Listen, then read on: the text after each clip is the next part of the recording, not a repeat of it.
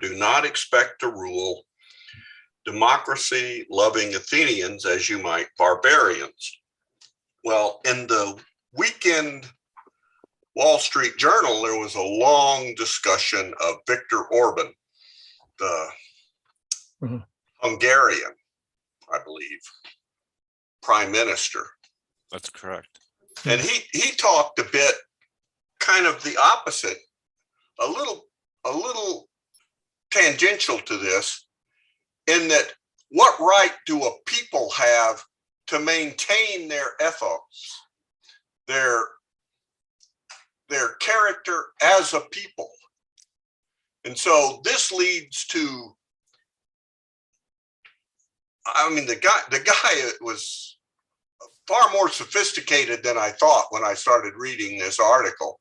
You know, that, well, this means we can control our borders, we can control our culture. We want it to stay. We're not interested in becoming globalized, modern man. We're interested in being Hungarians. And they have some tradition or history of what it means to be Hungarian. Now, he may be completely full of crap, but it's an interesting argument in terms of the importance that I think Kenneth places on these historical contributors that make up our character and our culture, and how they are localized. For Kenneth, they're clearly localized. It depends on a people's particular history. Well, that's enough, because, I mean, the fact that I mentioned that I read something about Orban is probably going to get me blacklisted everywhere, you know, because he's pretty much on the outs among all the other, except I think Poland's the only other NATO country that is on friendly terms with his government. I don't know, but maybe you could address some of this as we work through this, you know, that if we, like when we talk about the Italians, are there distinctive things? Should they act to be Italian? Does it mean, what does that mean anyway? I want to be Italian. Or use your hands when you talk. Yeah. I'm Italian, so Oh, okay. Well, the only Italian I've ever learned was that. And that was, there was another one like that. These are all from movies, you know. I think it was one of those Dustin Hoffman movies. Italian cab driver gives a nice forearm move. Okay, goodbye. It's going to be the element missing from Carl Smith's philosophy. I don't know his. As a political theorist who's becoming very popular at the moment, and this is the weirdest thing you could ever think. He was a Nazi political philosopher, and now the left loves him. Loves him like he was the juiciest hamburger out. And, you know, I'm looking at him, he's got some very interesting ideas, but that's just seemed to be something missing from his concepts, is how people with different characteristics, like different national characteristics, as Aristotle supposedly pointed out to Alexander, the theory doesn't quite work the same with different peoples. It's like with different peoples, you're going to have to operate with a different theory, but that was the weakness in Carl Smith. He seemed to think that he had the one theory to fit every different type. Well, I haven't heard of him. If you could put his name in the chat, we could follow up. I'll do that. It certainly does seem that modernity would like to move towards we're all global citizens of the world, and there is the new modern man, and there is a consensus on everything, or on large numbers of things. Anything that matters, there's a consensus. You're free to differ about things that don't matter. And I read what Orban was saying, and then it brought me back to Kenneth, because Kenneth says these things are real, they're vital, these differences are important. And does that mean, should peoples act to maintain them collectively? You know, is that a corollary of what Kenneth is saying? I don't know the answer to that. Can you put Orban's name in the chat as well so we can follow up? Yeah. I like to do reading between the Well, the seminars. This was just an interview. Yeah, but likewise, you know, I mean, little parables, little stories, little interviews, little snippets of the news. I mean, you know, that's Kenneth's way, right? And we don't. Those of us who are, you know, who were able to be on his mailing list during its heyday, you know, could enjoy this sort of daily deluge of what did we find in the local newspaper and how does that intersect with Hegelianism? You know, this is an aspect of Kenneth's approach that a lot of people don't get to have access to, because the articles are more formal than that, these chapters and books. So kind of dropping, yeah. Victor Orban, thank you. Don't you have to take that into account, the European Union? I mean, remember, Europe has fought more wars than anybody else because of these differences. And it just seems to me the European Union is trying very hard to create a kind of unity that would at least prevent these kind of wars, these sort of self-identities. And he really is on the out. Serbia is the other one. Serbia is definitely in the camp of the Russians. So he's actually in the Union and he's in NATO. And so that's interesting that, you know, like, yeah, how many oddballs can you have and maintain a kind of union? That doesn't mean that you have to have identity. In the United States, every state is different, but there is kind of a unity, or there was a kind of a unity. I mean, otherwise we'd be fighting, or like we're fighting now, like, except in a hot war, you know. So I think this was an attempt to realize that his history was fraught with perhaps a little too much tension, rather than the fact that, you know, like, we're going to eliminate your identity. I don't think that's what's happening. Because that's my thought. I don't particularly like Victor Orban, tell you the truth. Yeah, I just thought the article tangentially had the flip side of kind of what, or not the flip side, but just a corollary to kind of what Kenneth has said about how important these historical factors are. Well, I'm going to get off this and let. You know, it's interesting stuff. You know, one of the themes that's going to come up in this book is this idea that looking at the differences, for let's say religion as a stand-in for culture, that'll be our synecdoche for a few minutes. You know, you look at the way that among the ancient Greeks and ancient Romans, religion was largely not the sort of thing that it became later on, where, you know, we kill you if you don't share our religion. Convert or die was very Charlemagne. That's a medieval approach. The medieval approach is diversity is a threat to our existence. It's a deep existential threat and it must be eliminated. And either we commit cultural genocide by converting you, or we commit actual genocide by eliminating you. And either way, we get the purity and cleansing of now we are down to a monoculture, one God, one culture, one religion. We must all think the same way, and any diversity is a threat. And of course, you know, what the medievalists taught us, among other things, is one of the great serious threats of that approach is the idea that any one human idea or religion or culture deserves to be the only one, that it's complete, that it is the, you know, people who say that they speak for God is all good and all knowing, and ergo God's culture should be our culture, turn out to be bad translators. You know, if we accept their premise that if we would all just do what God wanted us to do, we would have peace and love across the earth. The problem we run into is that different people claiming to speak for God tell us to do different things, frequently to kill the other guy. We should, he's wrong and I'm right. And when you boil it down, you end up with this problem where trying to represent anything infinite within the finite human mind creates infinite distortions of that thing that it's trying to represent.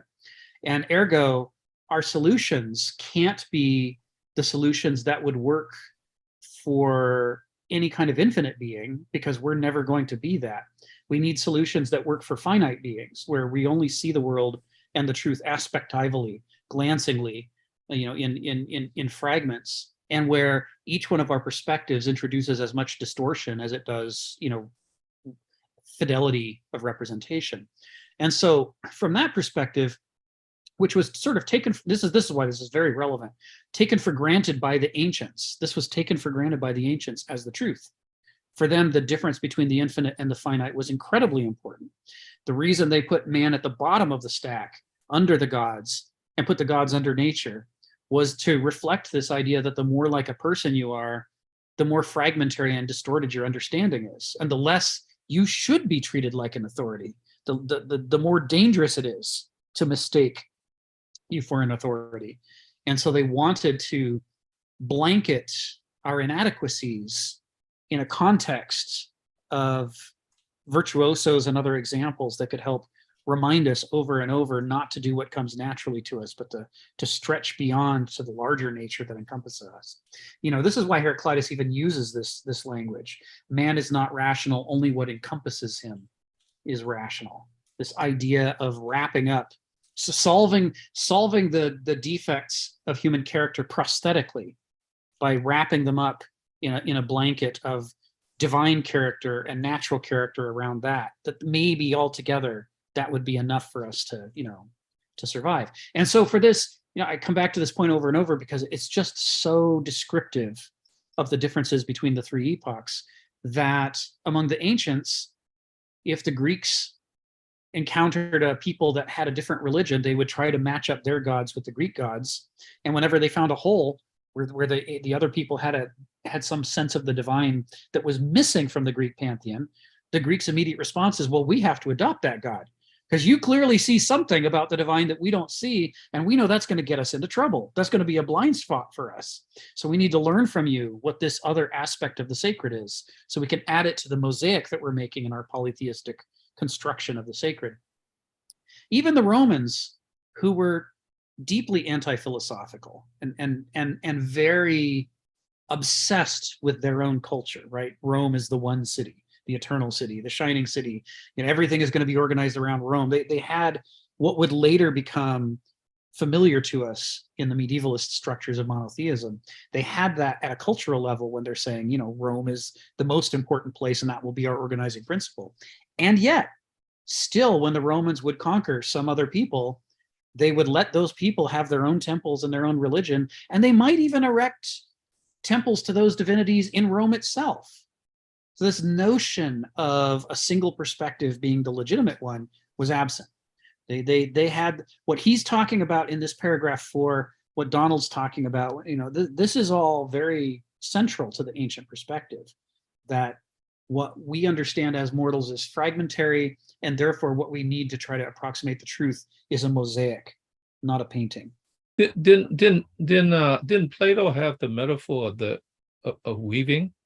In other words, it's not a flat land, but you weave together in a cross-stitch situation, so that in a sense you create a whole that's actually stronger. Because if you just lay the lines of a thread in a parallel line, it's just going to fall apart.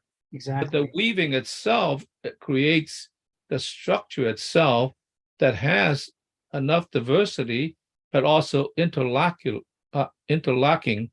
stitches that creates a web that is not a flat land, but in fact it's a stronger structure. Right. I mean, I think that's how you create this sort of I guess this higher level of understanding that one aspect does not make it, but when you have a weaving between multiple aspects, then as long as you can hold it into a unity, That's what the problem is. How do you create a we that becomes a unity?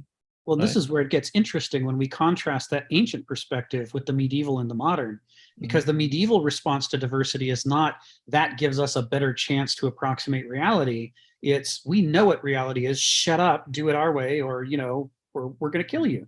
It was convert or die. Charlemagne's great insight, when he swept across Europe, burning all the sacred groves and eliminating all the other religions, what he was doing is pursuing the medievalist vision in its purest form, which is that the only way that we can achieve unity as a people is to eliminate diversity and create a homogeneity. And the rational arguments for homogeneity make sense at a rational level. That is, for example, if God is all-knowing and all good and all-seeing, then why would we do anything other than what God wants? I mean, it doesn't make sense. Any deviation from that would be some kind of corruption or sin. Ergo, our job is to align humanity with this one picture of God, which, we trust that if God is all powerful and all good, he would never allow us to misunderstand his message. He would have conveyed it in a way that we could understand. Ergo, the whole possibility, the whole foundation of the ancient approach to religion, which is that finite mortals can't understand the infinite accurately, is not only denied, but refuted as impossible, that an infinite God should be able to do anything, including making the infinite comprehensible to the finite. God wouldn't have set us up a puzzle that was designed to fail because of the stakes of heaven and hell. The infinite punishment or infinite reward means, for him to be good, it has to be a winnable scenario. So they denied the entire framework of religion of the ancients, and that allowed them to open up genocide as the core value system of the medieval approach, which is we will eliminate all alternatives. This is the only alternative that works. There's one religion for everybody, not a lot of different religions for different people. And again, I'm using this just as a metaphor to stand in for culture generally, right? It's very clear in the issue of religion. So when that dissolved into corruption, and really intense corruption by the end of the medieval epoch, the rise of modernism, its rejection of medievalism, on the one hand, it says, okay, freedom of conscience, you can have whatever religion you need, but we're going to structure our societies in such a way that no religion will ever be allowed to play the role that medievalism played for the medieval political systems, or ancient religions played for the ancient political systems. And if you look at it not from the modern perspective, but from the ancient and medieval perspective, what that's saying is no religion is allowed to be a religion. It can be a weekend hobby that you do on Sundays. You can have Bible study groups where you talk to each other, but you are not allowed to organize the government, for example, around the religion. This is like core to the US Constitution, is the separation of church and state. And the whole framework of it is the argument that just gets us into fights. And we can't afford to have those fights. We can't afford to have that division. So we're going to demote religion to not being the kind of thing that organizes all of society. Instead, it's sort of some sort of optional add-on, and it's discretionary, and you can free to do whatever you want.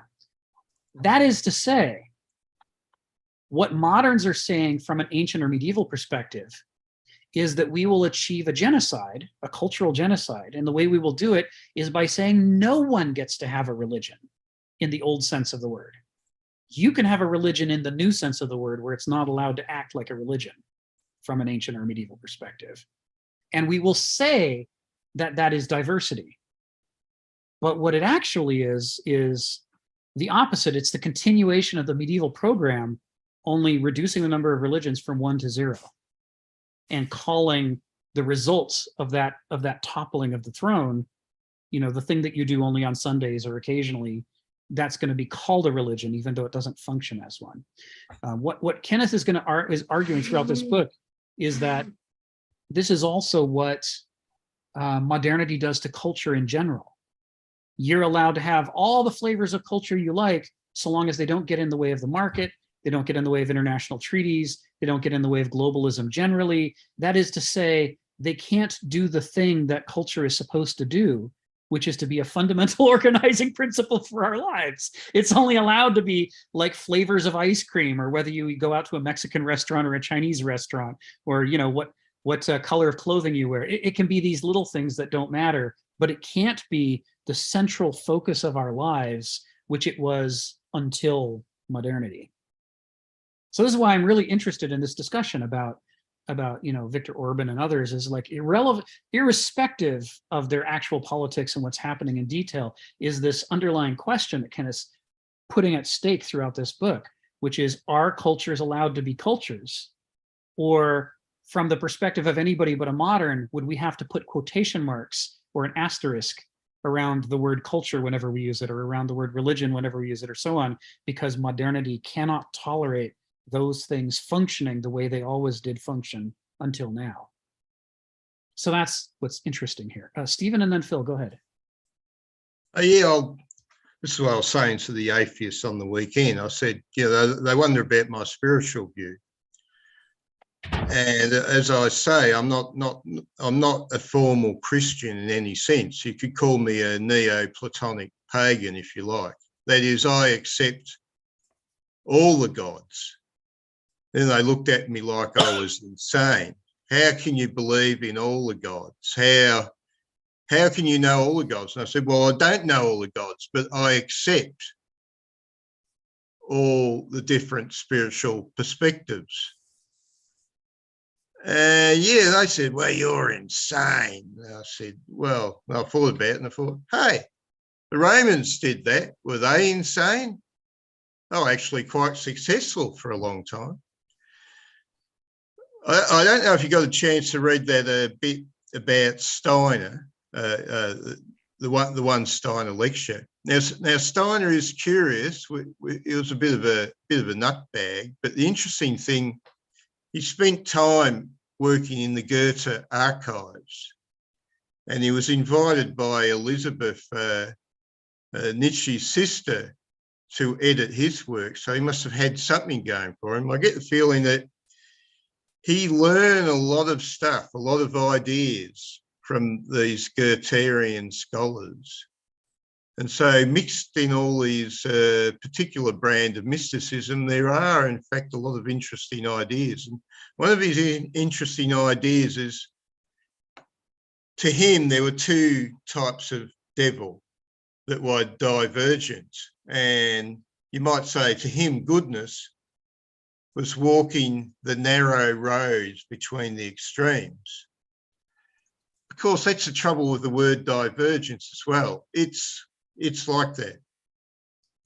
You can't completely run to one side of the ship in Steiner's vision, or the ship's going to flip over and sink. It's not that easy. This is what a lot of Christianity teaches. Don't worry, guys. Satan's on one side, God's on the other. It's very easy to vote. Just go for God. But in Steiner's vision, if you really look at his vision, it's, sorry, not so simple. You'll diverge into one of the two opposite evils. So a dramatically different vision there. But yes, it's this question, to me, the different divergent views of God. Yes. To me, I accept them all. But that's the question. What is really religion? I just use the word mysticism to describe religion, and it's an aspect of our character. Thank you. Thank you, Stephen. Yeah, I got partway through the Rudolf Steiner before I had to be pulled off to start prepping for the board meeting last weekend. But I was really enjoying what I was reading. I can see how he's using the power of metaphor.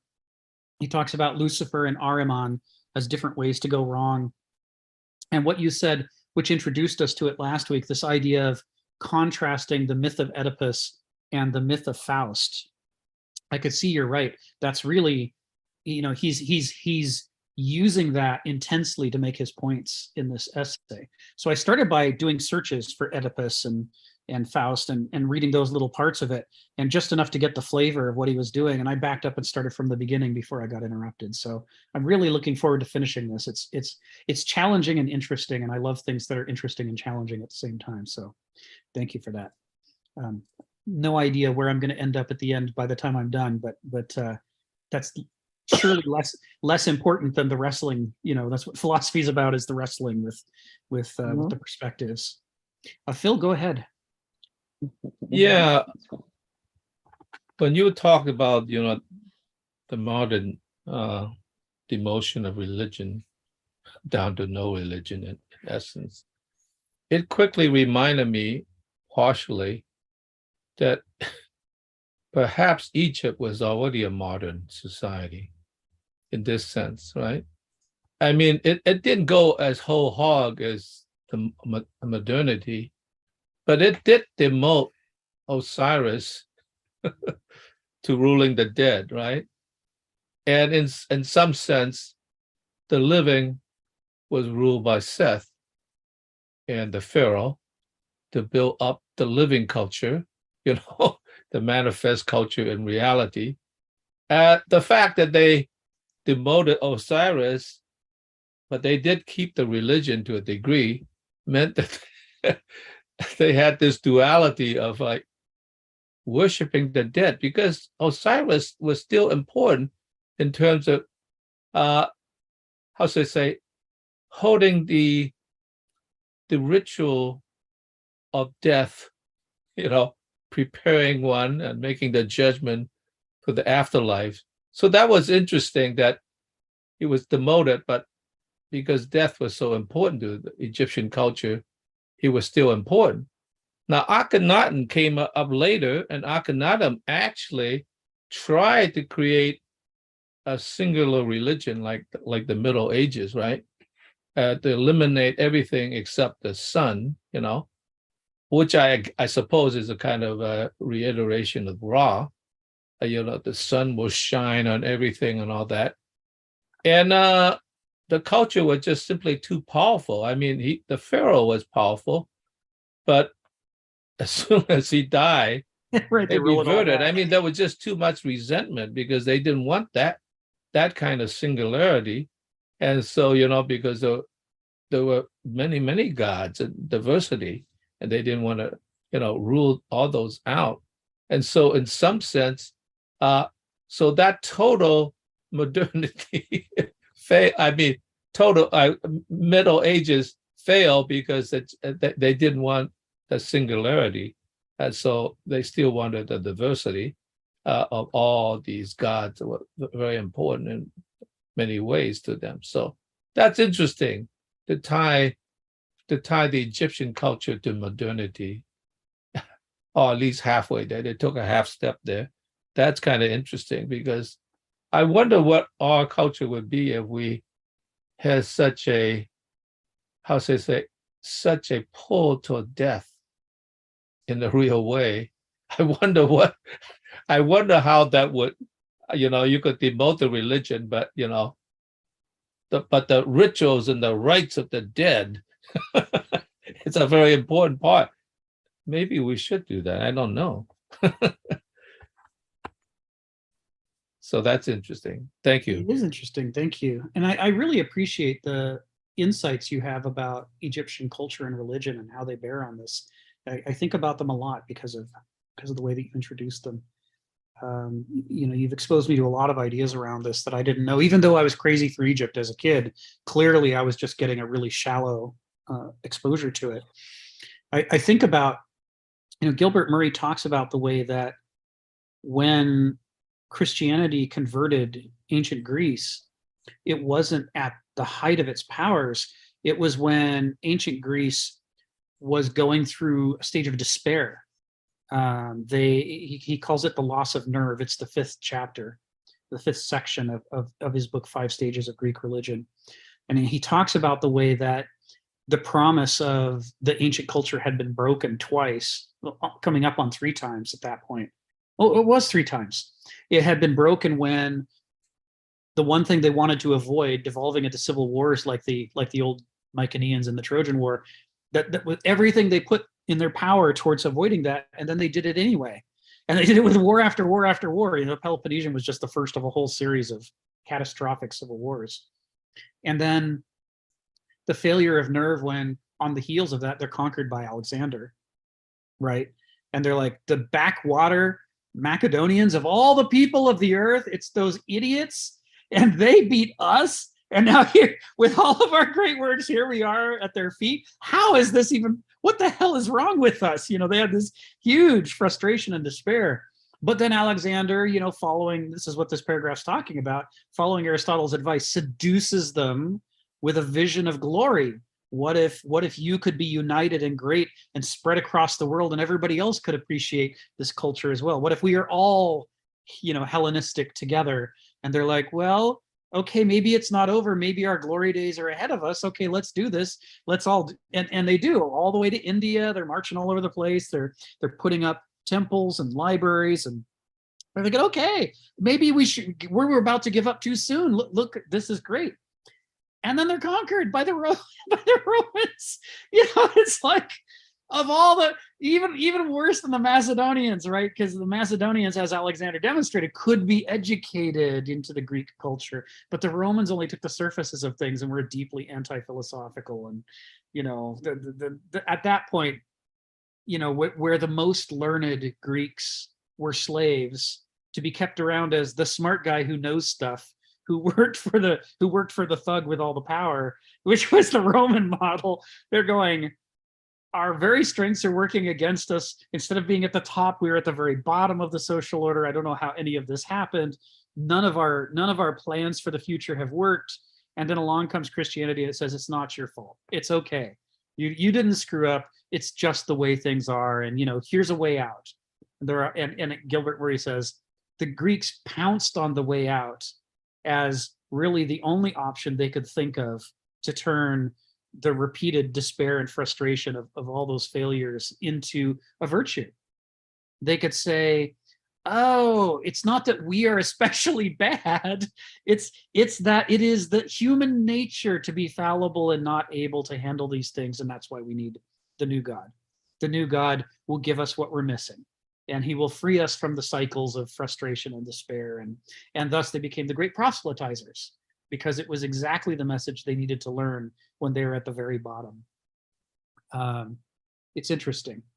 And so I think part of the problem with Akhenaten's attempt to introduce medievalism early is that the Egyptians didn't feel like they were at the bottom of the ladder and were, a great series of failures. They're like, woo, we've been around for 1,000 years. We built the greatest monuments on earth. Woo, we understand the cycles of the Nile. We have this incredible fertility. We have all of, they're like, why would we give all of this up now? I mean, you can tell us, Akhenaten, that it makes more sense to you for whatever harebrained reason that there's only one God and not all the gods we know.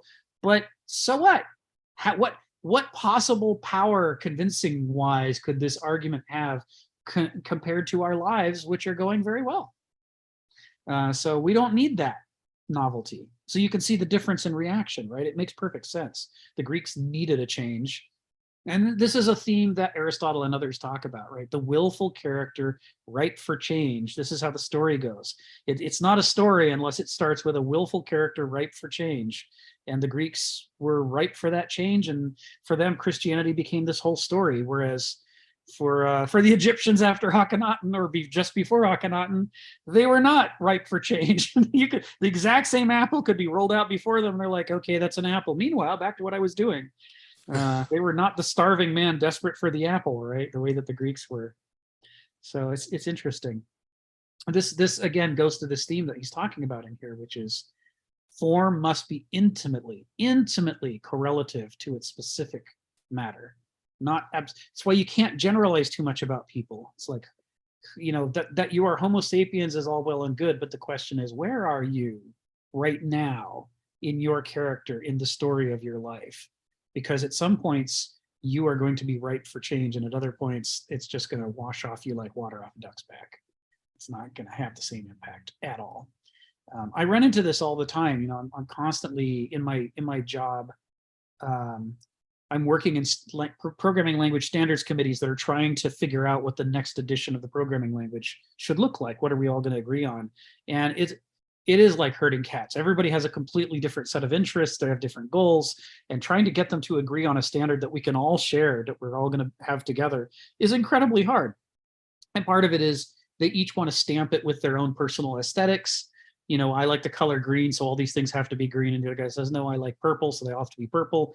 And they don't know how to resolve their incompatible aesthetics. So they just hold votes.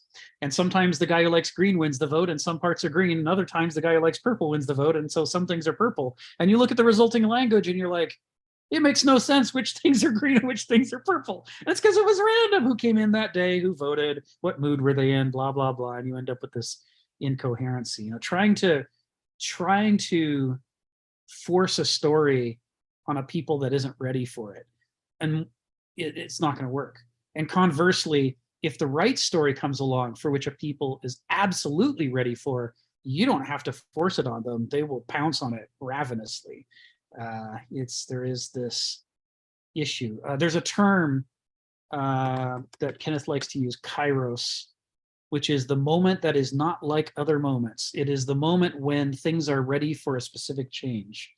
And you could work all your life with all your diligence and everything you've got in you, but if the kairos for the thing you're working towards doesn't appear during your lifetime, it's all wasted effort. It may be useful in that it might somehow survive to some future era when the kairos arises. But it's going to be a life of frustration. But conversely, if the kairos is there for that particular change, then with very little effort, it will catch fire and go, because it is the time for that change. My dad and I talk about this when he tries to explain how the 60s just washed over the United States. And it was this mass transformation that happened in just a few years. You compare the early 60s, which are almost indistinguishable from the 50s, to the late 60s, which are like nothing anybody had ever seen in the US before. And, how did that happen? And he's like, well, the time was right for that. There were people who were, make love, not war, going back centuries. And they couldn't find purchase because the times weren't right. But when the time is right, it's just, you can't stop it. It just goes everywhere. People are weird this way. So it means that we've got to be studying the specific matter of things. What is the character of the time? What is the character of the culture? What are the characters of the people you're trying to persuade? What is your own character? And if you don't know those specifics, you can't figure out whether or not it is the kairos for that thing that you're trying to do, because you don't understand your times. And so you're not in a position to judge. All right, Lisa, go ahead. You got your hand up. Come off mute and tell us what's on your mind. It's off topic. You keep mentioning a nonprofit. What nonprofit is it? The Vista Expertise Network. We do medical software. Okay. So trying to Thank you. reduce drug interactions, reduce drug allergy interactions, keep better track of all the complicated stuff. So medicine doesn't hurt people as often. And so we improve our medical protocols. That's what I do for a living. So Fantastic. Okay, thank you. sure. So, okay, so let's dig into this paragraph some more.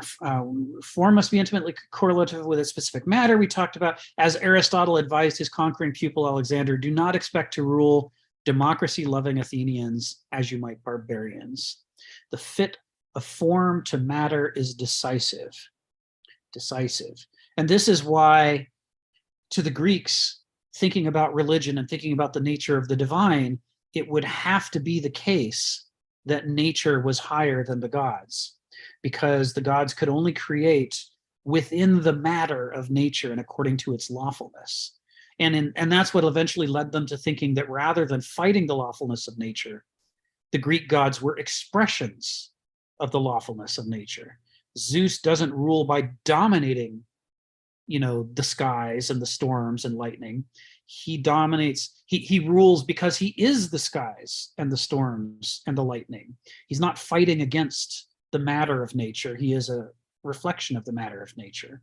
And the same for any of the other Greek deities. They imagined them to be subordinate to nature in that they were authoritative precisely because they were expressions of the lawfulness of the matter. And therefore the form that they were imposing was the form of the matter, which is why the matter would do what they wanted.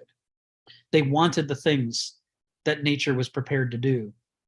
And that part of the human condition that's so frustrating is that we don't know what nature is prepared to do, and we're constantly setting ourselves against it. And when we set ourselves against the matter, all our plans fall to pieces. You know, you go out there with chisels and try to do stone cutting on wood and build a house that way, and you're only going to get so far. You know, likewise, you know, you bring out your planes and your hammers and nails and try to nail together a house out of stone, and you're only going to get so far, because your form and your approach just is a complete mismatch to the lawfulness of the matter you're trying to work with. But for the gods, Zeus wouldn't want to do something contranatural, because Zeus is the expression of that nature. So he never tries to take a hammer and nails to a stone, and he never tries to take a chisel to the wood. So the laws a people formulates must be appropriate to their character and quality of community. The way a parent or teacher or religious leader appeals to his charges must be harmonious with their specific characters. Thus the saying, great teachers don't teach the subject, they teach the students. They learn what the students are ready for, and they bring to them the parts of the subject that fit them well. And, you know, this is what Kenneth used to do as a philosophy teacher. He's like, you know, we got a subject we got to get through, but I'm not going to stick to my lesson plan.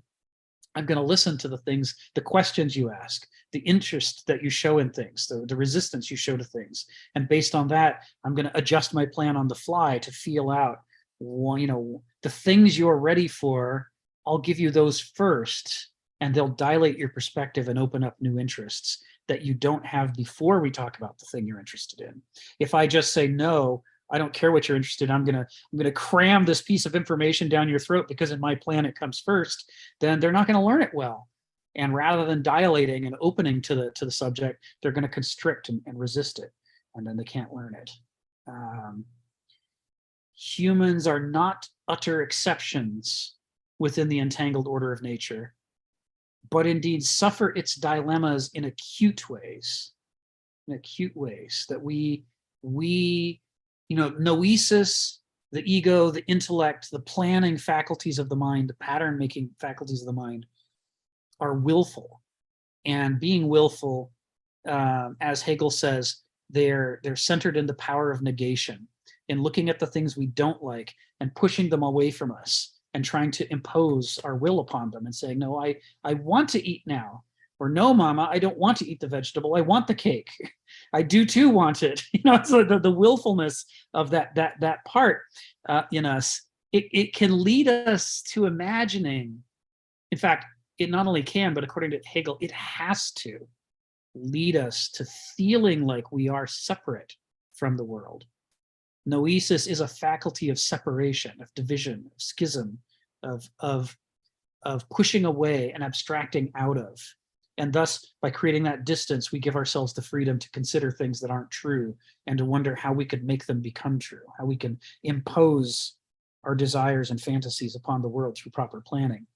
That it's almost impossible. Hegel says it is impossible within noesis itself to avoid this trap, that you start to think of yourself as separate from the world and therefore exempt from it, at least potentially. But the ancients believed that's impossible, that we have to understand that that is one of the distortions introduced by noesis, that to the extent to which we set ourselves, the form of our plans against the matter of the cosmos, we're setting ourselves up for failure and frustration. And in many cases, even where we can change reality to please ourselves, we will discover that in doing so, there are unintended consequences that do not please us at all. So Army Corps of Engineers goes across the United States, you know, straightening rivers, and then is amazed that these straight rivers shoot the water down at high speeds off of the land, causing floodings downstream, overwhelming the earthworks that were constructed. And at the same time that all the land in between dries out, because the flooding used to keep the land moist and soggy and fertile, and now it's turning into desert because we're rapidly moving all that water off the land. None of that was part of the plan of the US Army Corps of Engineers when they went through and sort of over-engineered all of our waterways.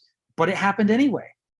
yes, we were able to achieve our short-term objectives, but at the cost of terrible long-term objectives that we didn't want, because we are not exempt from suffering the consequences of our actions, even if our plan had no place in it to acknowledge those consequences that we didn't know about. This is that frustration.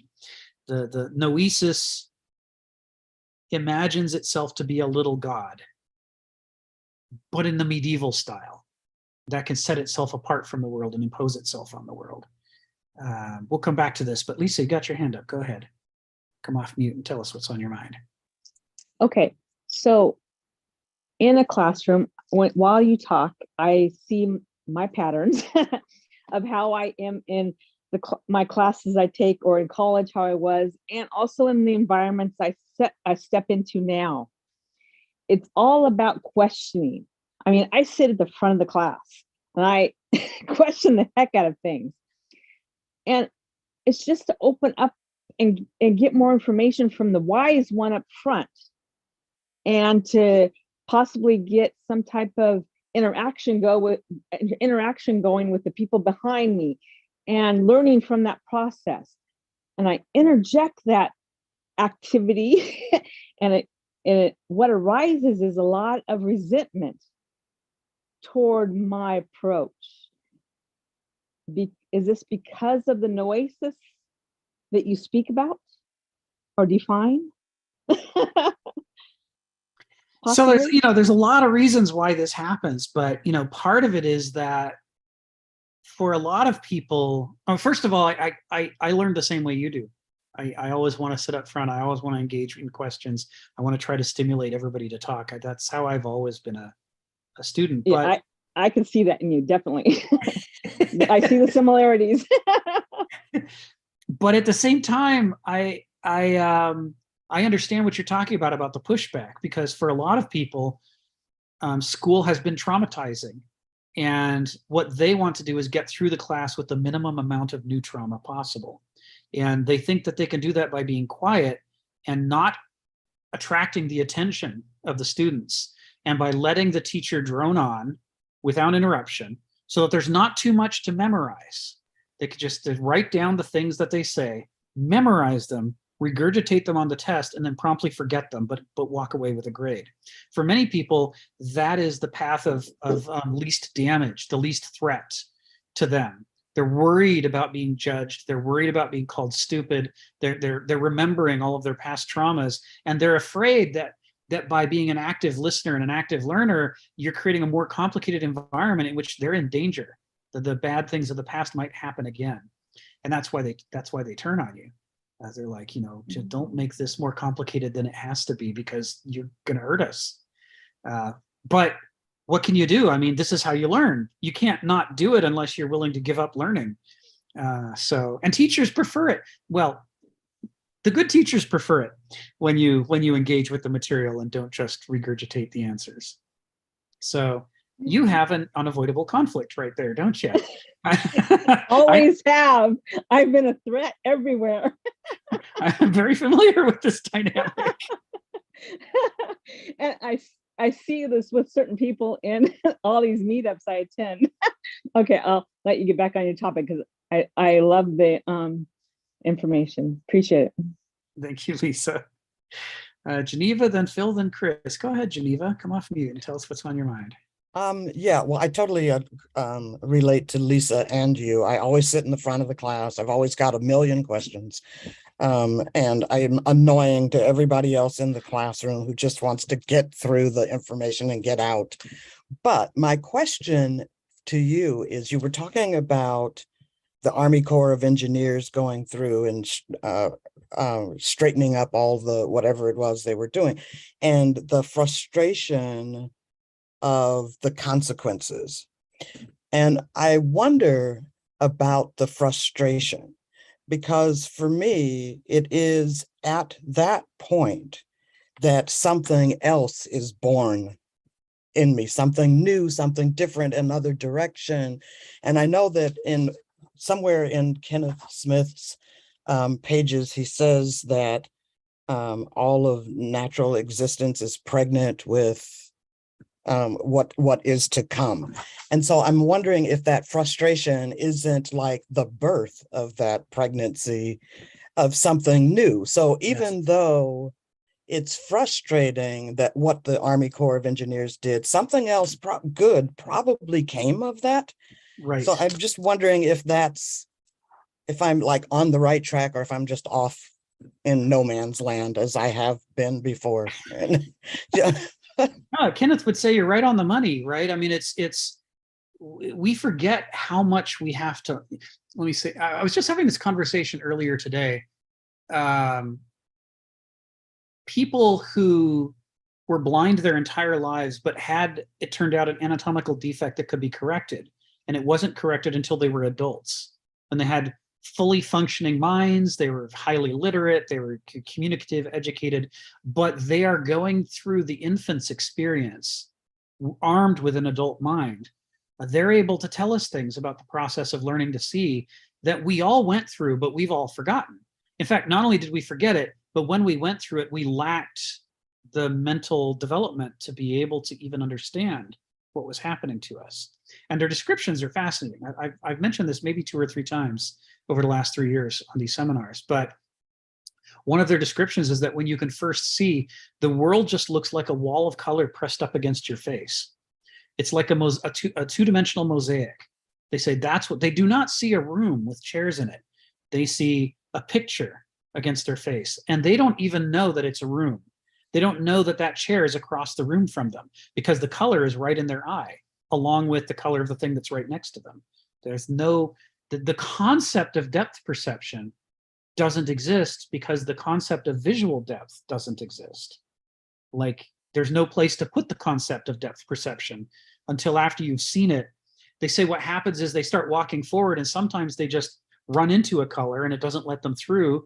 And sometimes they walk forward and the colors part, and for some reason they're able to advance. And why does the curtain part sometimes and not others? It's like they have to go through this process of learning. Well, some things are closer than others. And at first, it's literally incomprehensible. They thought they knew about it. They've been reading all their lives. They've read books about it. You know, everything made sense cognitively. They had the noesis of depth perception and space in 3 dimensions. And they had the feel of it from their hands and the listening, but they didn't have the vision of 3 dimensions as an experience in their lives. And so they found themselves baffled by things they thought they understood.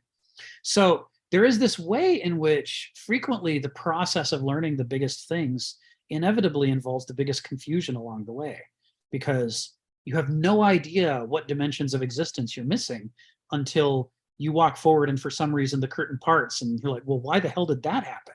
That just it's incomprehensible. So for some people who have gone through the trauma of being judged and graded and bullied in school, and now all they want is to get through it, sometimes the annoying quality of being in a class with some idiot at the front who's constantly stimulating discussion and questions and won't leave everything alone, sometimes by the end of the class, they come to like it. They're like, oh, this is like a safe area. I don't know why, but we're able to talk about things here and I didn't get beat up this time. You know, it can open up the possibility that they might be able to do it, which was inconceivable to them before because they'd never had the positive experience. So it's part of the whole, you know, learning by example is one thing, but I think really it's learning by experience, by experiencing what it's like to be in a safe space where you can play with ideas and nobody picks on you. Yeah, I got to look for Donald did this. I got to look for the reference to the process of learning to see. I'll chase it down. It was an article I read about 20 years ago, and it was just amazing. Phil, then Chris. So go ahead, Phil. Come off mute.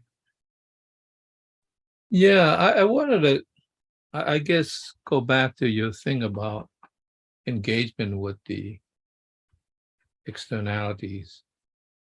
And it's, but it involves a contrast because depending how you use it at what time, I wanted to contrast that between the ancients in which the engagement was with nature and with the moderns, which, yeah, well, which is with culture.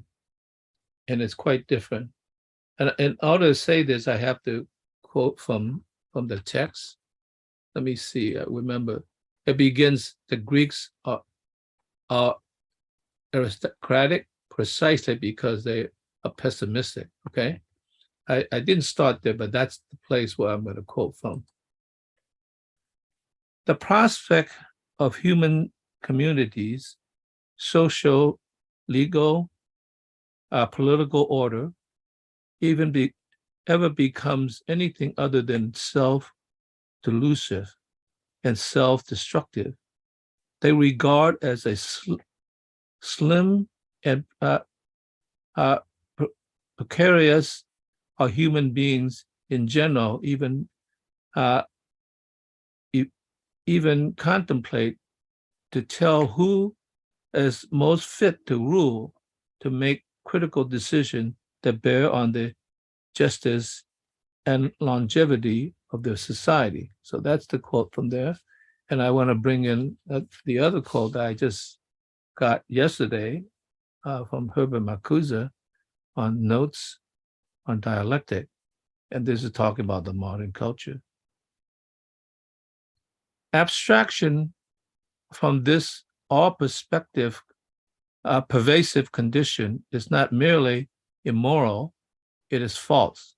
For reality has become technological reality, and the subject is now conjoined with the object so closely that the notion of the object necessarily includes the subject. Abstraction from their interrelationship no longer leads to a more genuine reality, but to a deception, because even in the sphere, the subject itself is apparently a constitutive part of the object as scientifically determined.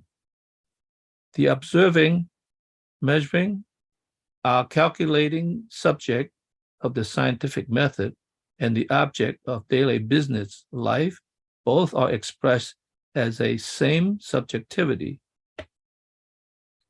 And under this, it becomes a kind of all-pervasive, in a sense, the subject is object. And it just seems to me he's now talking about entanglement that's actually negative versus positive, because the entanglement is with this society.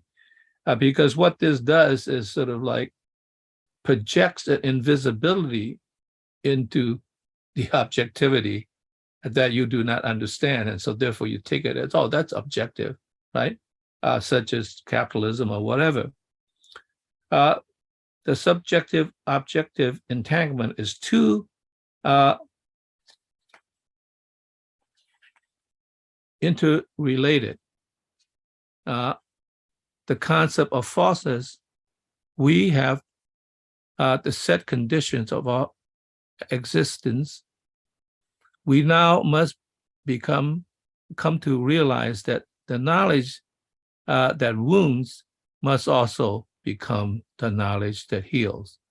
Without dialectical understanding, we can only choose between no exit from east of Eden or to live in the nostalgia of returning to Eden. Okay, so this is interesting.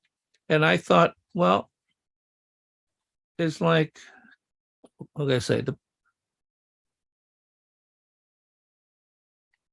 So you have this decision, and this sort of, which means that instead of now creating an entanglement, you want to create distance in order to be able to be objective again, to separate the subjectivity from the objectivity to a certain degree. So you could, and this sounds so very much like Aristotle's aesthetic distance, as he talks about in aesthetics. So that's interesting that you could then enter.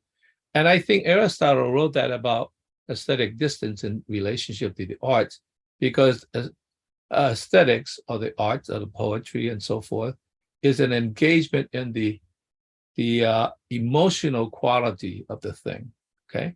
And so in order to allow rationality to come in, you have to create enough distance so you both feel the engagement, but also are distant from it in a sense. So there's a Yes. push-pull relationship. And so that's Yes. interesting. And I thought this is sort of like, I just need to caution that subjective engagement, depending on the conditions, is not always the correct one. When you're too Right. entangled, you can't separate yourself from the Right. thing you're looking at. And I Right. think that's part of the modernity that's a problem. When this enters into the structure of society, this entanglement becomes an invisible hand of domination, an invisible unfreedom to which individual cannot see because most are unable to see the negative that is the other side of the coin. Okay, you can't see it because it's on the other side, it's uncovered. So that's where negation in this particular sense is necessary conceptually for you to create the separation. This statement against a foundation of this statement is against the foundation of modernity, which is interesting because Yeah. we're talking about modernity. This is already a move away from modernity. Modernity, of course, has a notion. One of the foundation principles is man is the measure of all things. Right. And I'm proposing, if this is true, then maybe we should back off slightly and just be content with man is the measurer of all things, right? This is different, Yes. right? The measurer, you're still being objective. You're measuring the thing. The measure Right. of all things is, well, that's Me, about the I, size of I. a hand, whatever, you know. Right. Like I think this goes back to what a couple of weeks ago I mentioned, you know, when I was engaged in a discussion about John Austen, referring to Jane Austen, about sense and sensibilia.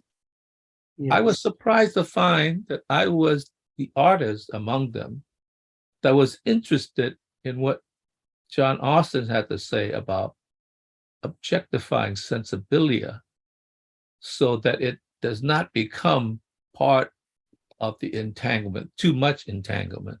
So that's very interesting. I was surprised because you were thought the other way around. You know, oh, you're the artist, of course you're going to feel that way. But no, I was the one that wanted to create the separation, right? Mm-hmm. And remain the objective, although you want to be entangled with it, not to the degree that it's so entangled that you're inseparable. You know, it's kind of like, you know how when they do the marriage, you are one. Yes. You know, that's false, right? Yes. You are maybe conceptually together, but you're not, you're still two separate people. So I think this is a great distinction between the ancients and the moderns, because we have become so engaged in ourselves that we can't see the distance between the subject and the object. So that's an important point. So I just want to caution about too much entanglement. It's not, depending what you entangle with and how you entangle, it's an important factor. So before you go on mute, is that you're reading from Herbert Marcuse? Is that on the problem of the dialectic? It's called what let me say, it's called Notes on the Dialectic. This is the introduction to what he would talk about Hegel. This was the introduction to it. Okay. It's only about a 5-page, maybe 4-page article. We spent about 4 weeks on 4 pages, so Yeah. it was pretty detailed. Is it part of a larger book? Yeah, this is the introduction. The notes is kind of the introduction to the book itself. And what's Because the he's book going to title? talk about Hegel. This is his interpretation of Hegel, so it's kind of a preface. Yeah, what's the title of the book itself? I think it's. I don't know. I think it's Hegel. We're gonna talk about it later. I was too busy with that. Yeah, well, that's good stuff. It's probably Hegel and the Dialectic or something of that sort. Okay, By Okay. Herbert Marcuse.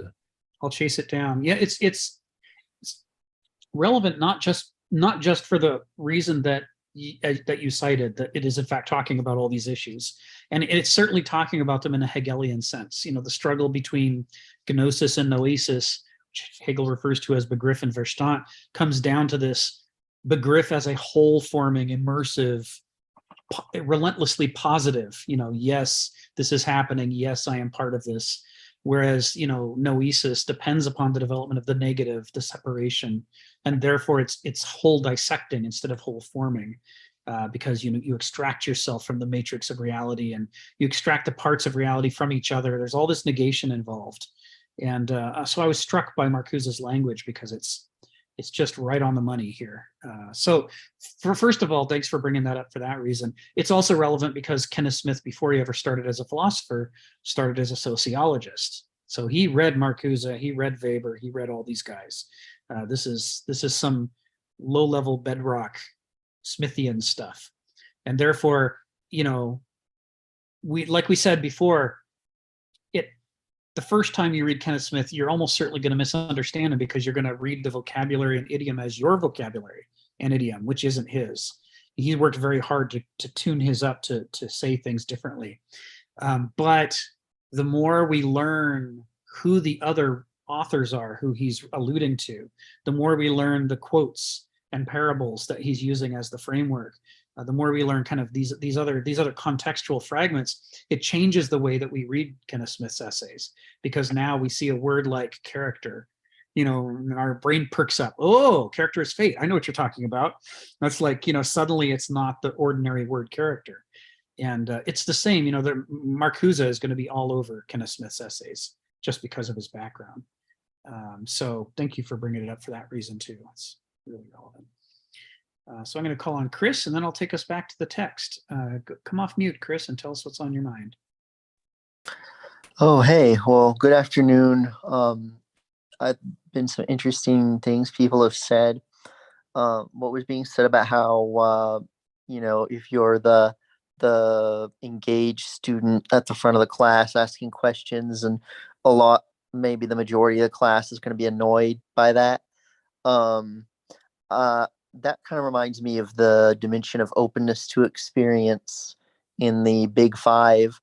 And, what is found there is that, people that are more open, well, I mean, I'm not surprised that probably most everybody here is probably high in openness, or they wouldn't be here voluntarily.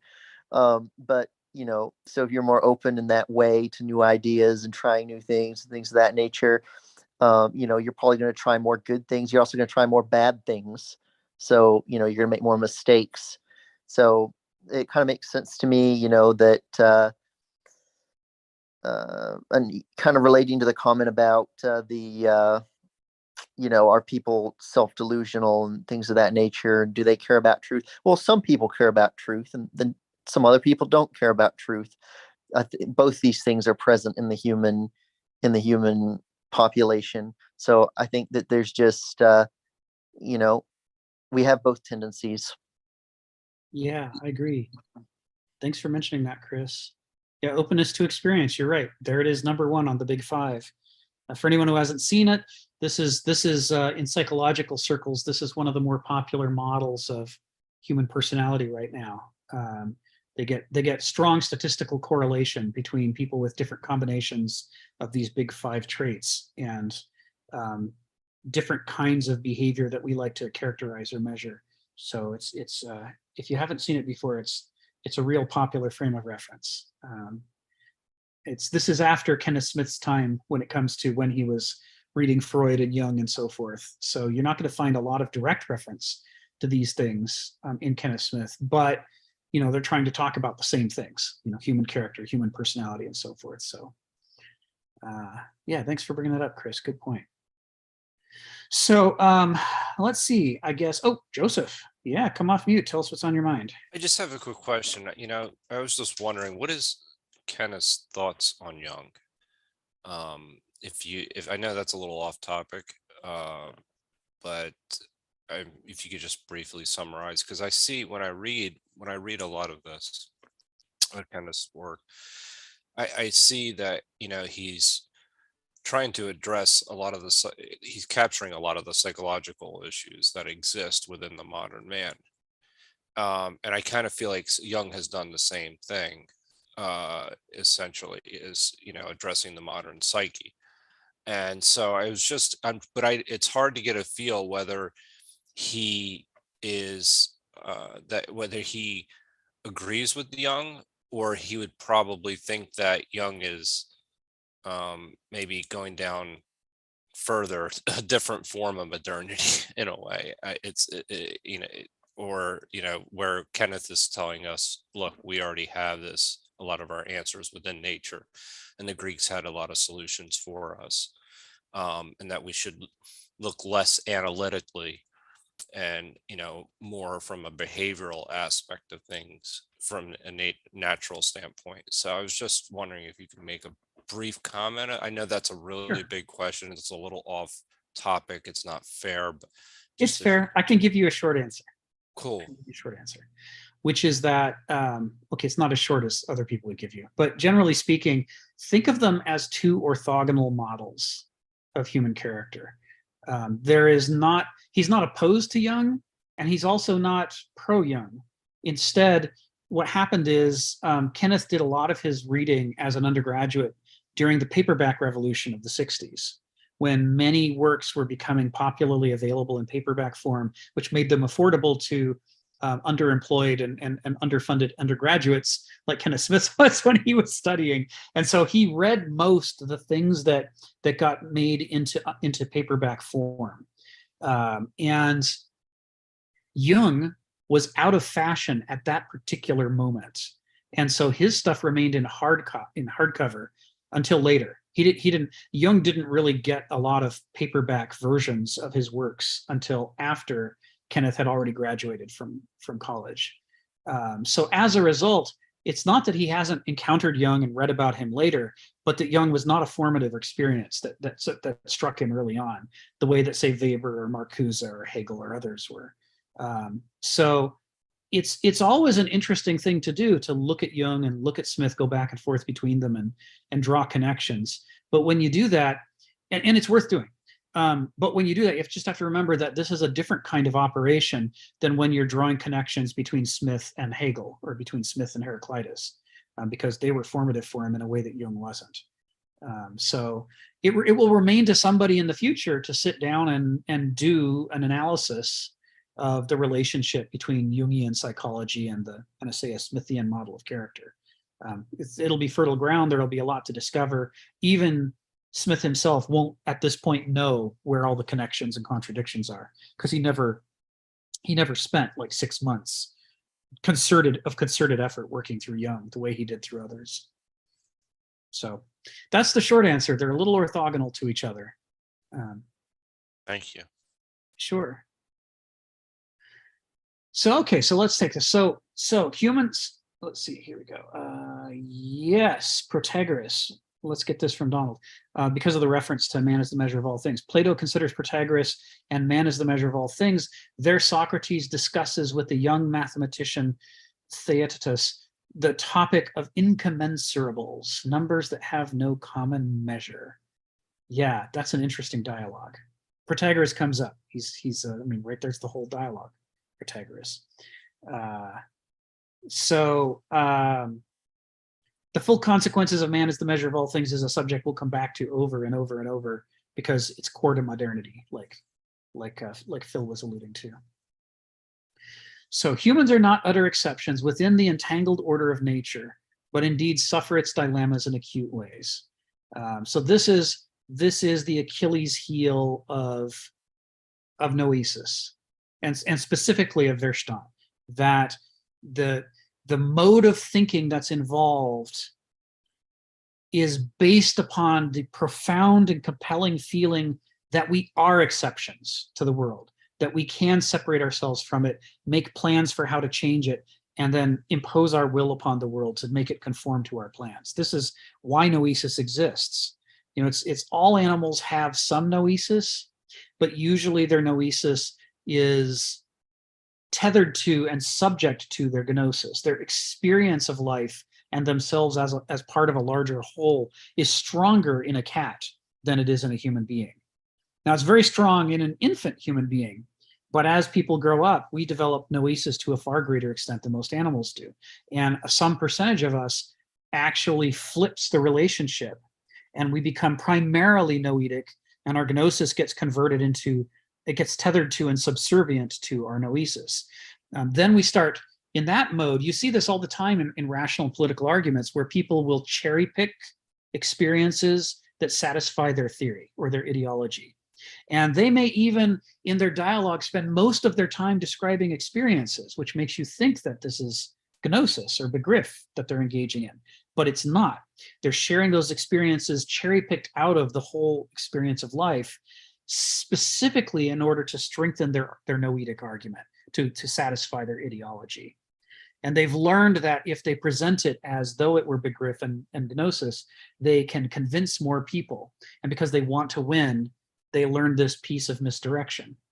Whereas if they were to just come out and natively say, this is my ideology and you should all conform to it, there would be massive resistance among people. They learned not to do the thing that feels right to them, but to do this thing that lets them win. So this is that thing. We've both got both gnosis and noesis in us, but whether we manifest typically in begriff ways or typically in Verstand ways has to do with the balance of which one we feel at home in, which one feels like it is the natural idiom for our character.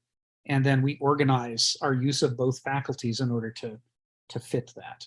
It can make it very hard to figure out what people really think. And even highly gnosic personalities may have no idea that they're gnosic personalities, and highly noetic personalities may have no idea that they're highly noetic personalities. This is why the Oracle at Delphi says, know yourself.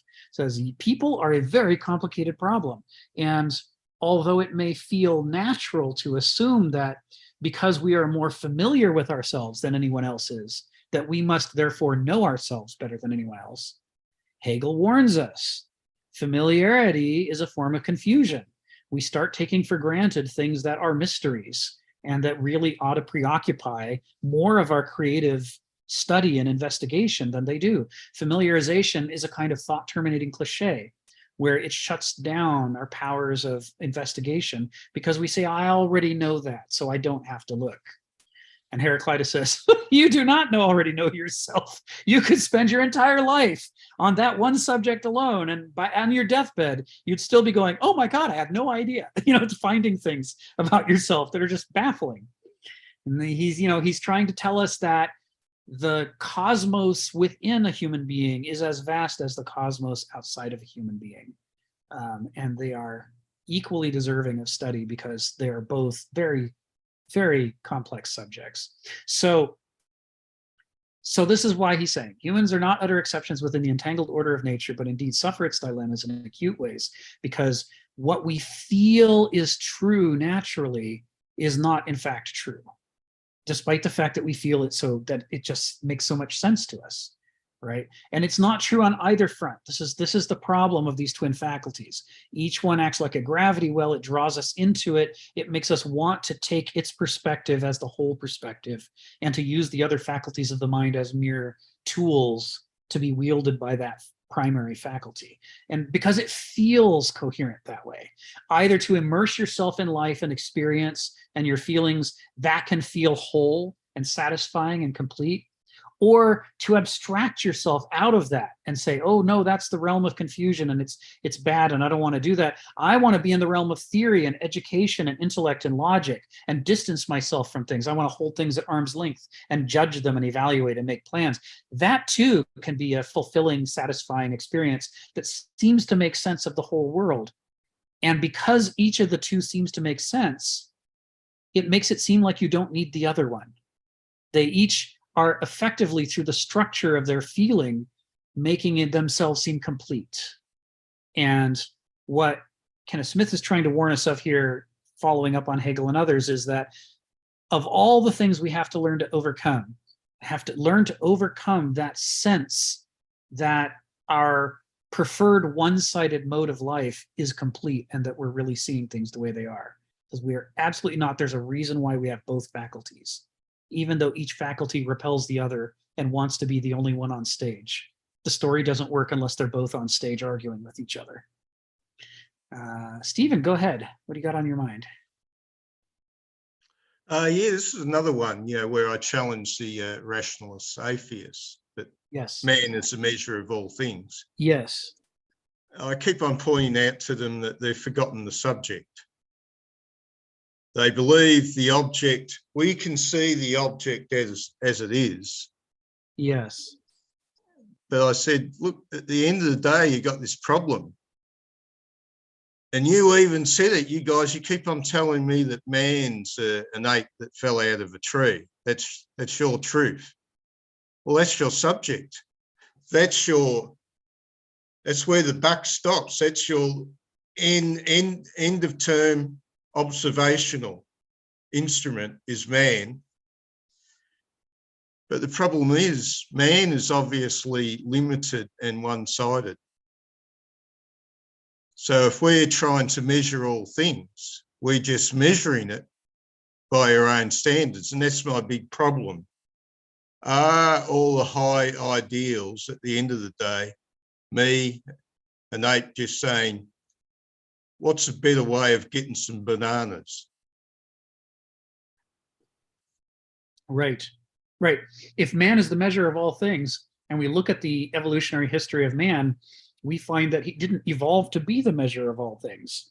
We find, he evolved to get the bananas out of the tree, or to chase down the rabbit on the plains. And those are the things that humanity is optimized for. What humanity never evolved to do was to understand the infinite cosmos exactly as it actually is, or even to understand themselves as we actually are. None of that was part of the picture. None of that was necessary for our survival. And there's really no reason to think that evolution would have optimized us to do those faculties well. But modernity, it's not like there weren't atheists during the medieval epoch or during the ancient epochs. There were, but they were nothing like modern atheists. They were medieval atheists or ancient atheists. And what they thought atheism meant was entirely different from what a modern would think atheism means. So because a modern has dethroned nature, or rather it has accepted the medieval epoch having dethroned nature, right? Which is what defined the medieval epoch, that it overthrew the realm of nature that ruled the ancient order. But then it turned around and dethroned God, right? Because we were tired of the corruption of the church and we didn't want to be ruled anymore by the corrupt. So effectively, we enthroned ourselves as taking over the rules of God and nature, the authority of God and nature. That's the core of modernity, that we think the artificial lives and cities and places that we create for ourselves are just as good as nature, maybe better, right? We talk about, the evolution of our architecture, the evolution of our software, the evolution of our political system. And when we use the word evolution in this way, we are claiming that the incredible success rate that Mother Nature has had in evolving biological organisms, that power is now our power, and that we are every bit as good at making our political systems or economic systems or software, whatever we're throwing the word evolution at, that the very laws of nature themselves have been harnessed by us to produce equally spectacular results. Now, anybody who's ever got a blue screen of death on Microsoft Windows might question whether what we do when we develop Microsoft Windows ought to be called evolution, right? You look at a jellyfish and the ways that it can orient itself with very limited neurons and very limited musculature, and yet it can still go about its entire life, and they've been doing it for hundreds of millions of years. When we say Microsoft Windows evolved, we are claiming that it will be fantastic for hundreds of millions of years, and Mother Nature herself has blessed it. There's a way in which we're sticking a crown on our head by claiming that our artifice is as good as or better than nature itself, right? So we kicked Mother Nature off her throne and we sat down and it said, we're nature now, right? Our roads are every bit as good as anything that existed before. Our pipes are as good as the rivers and rains were. Our agribusiness fields in which we dump poison in to kill off everything except our crops, every bit as good as the evolution of, you know, fruits and corn and berries and animals that we eat. And we're at least that good, maybe better, right? The same thing happens with regard to God and evolution. The medieval God, we kick him off his throne, or, you know, circa the transition from the medieval epoch. We start saying, oh no, we'll decide what things mean, right? We don't need God to tell us what things mean. We can decide what things mean. And since God was omniscient and omnipotent and omnipresent and all good, ergo, since we're sitting on his throne, we're omniscient and omnipresent and all, you know, all seeing and all good. We by displacing them and positioning ourselves within our own schema of meanings, we are confusing the usurper with the usurped and thinking that we must have all the capabilities they had. We claim it, and then we begin to believe our claim. And next thing you know, we're confused about these realms. What is the realm of meaning? What is the realm of nature? And what is the realm of artifice in which we operate? This was not a confusion the ancients had about these things. These three things they kept separated. And even in the relative flatland of the medieval epoch, when nature was overthrown, there was still at least a clear distinction between the sacred and the human. And we could understand the idea that there were things outside, beyond the reach of the human, and that we should be cautious about the conclusions we draw about things. But in the modern epoch, we've created a flatland of meaning in which the human is the only source of meaning. Nature is just a larder and a toolkit. It doesn't mean anything unless we decide it means that. And furthermore, we don't even have to decide for all time what it means. We could just decide one thing today and something else tomorrow. And it's true today and then false tomorrow when something else is true. And we have no problem flipping around the meaning of the world like that. And we think that works. And the same is true at a level of religion.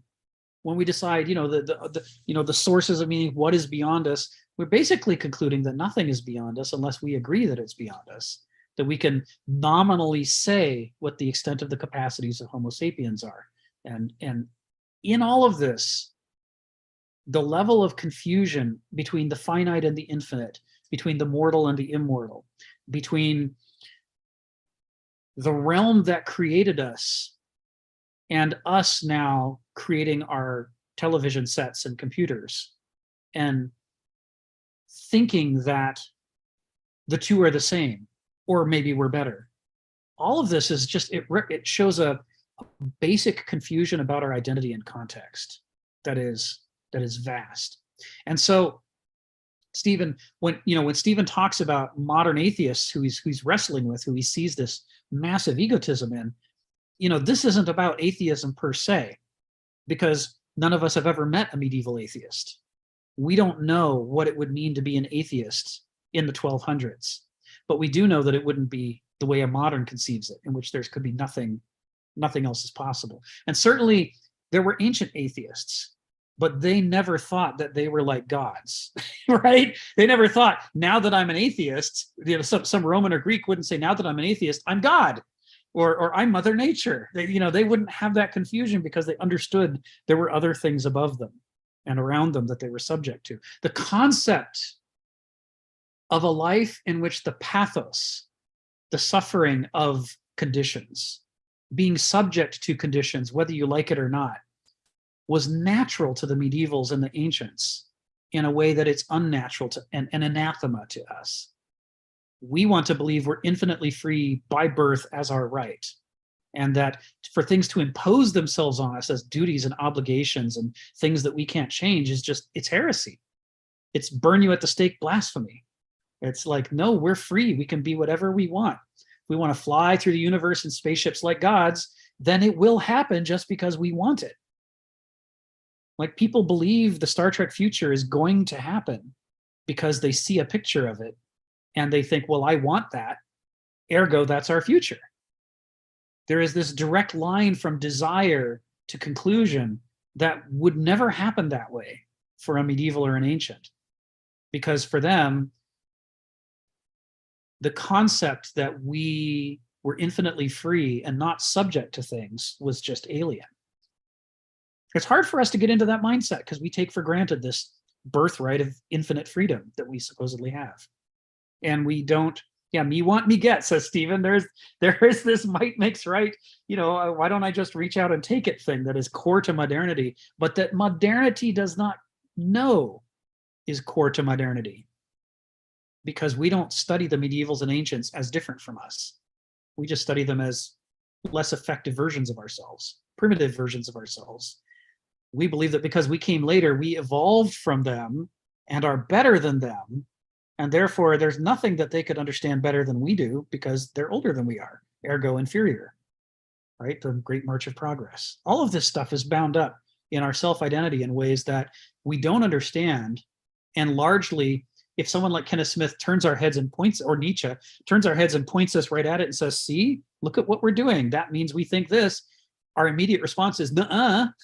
You can't tell me that I have problems or flaws. You can't tell me that just by being born a modern, there's things I don't understand, because I know I'm infinitely free and objective like a god. I can see things the way they are because I want it. And we don't even know that we're doing that.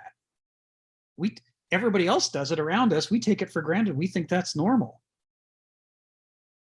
But like Donald says about Aristotle, if we were put in the presence of an ancient Greek Aristos, we would be shocked over and over and over by how much they allude to not being able to do things just because you want them, not being able to have things just because you want them, and that they would look at the claims that make sense to us as, of course, those are the natural human perspective, and they'd be shaking their heads going, what is wrong with you? Why would you even think those things?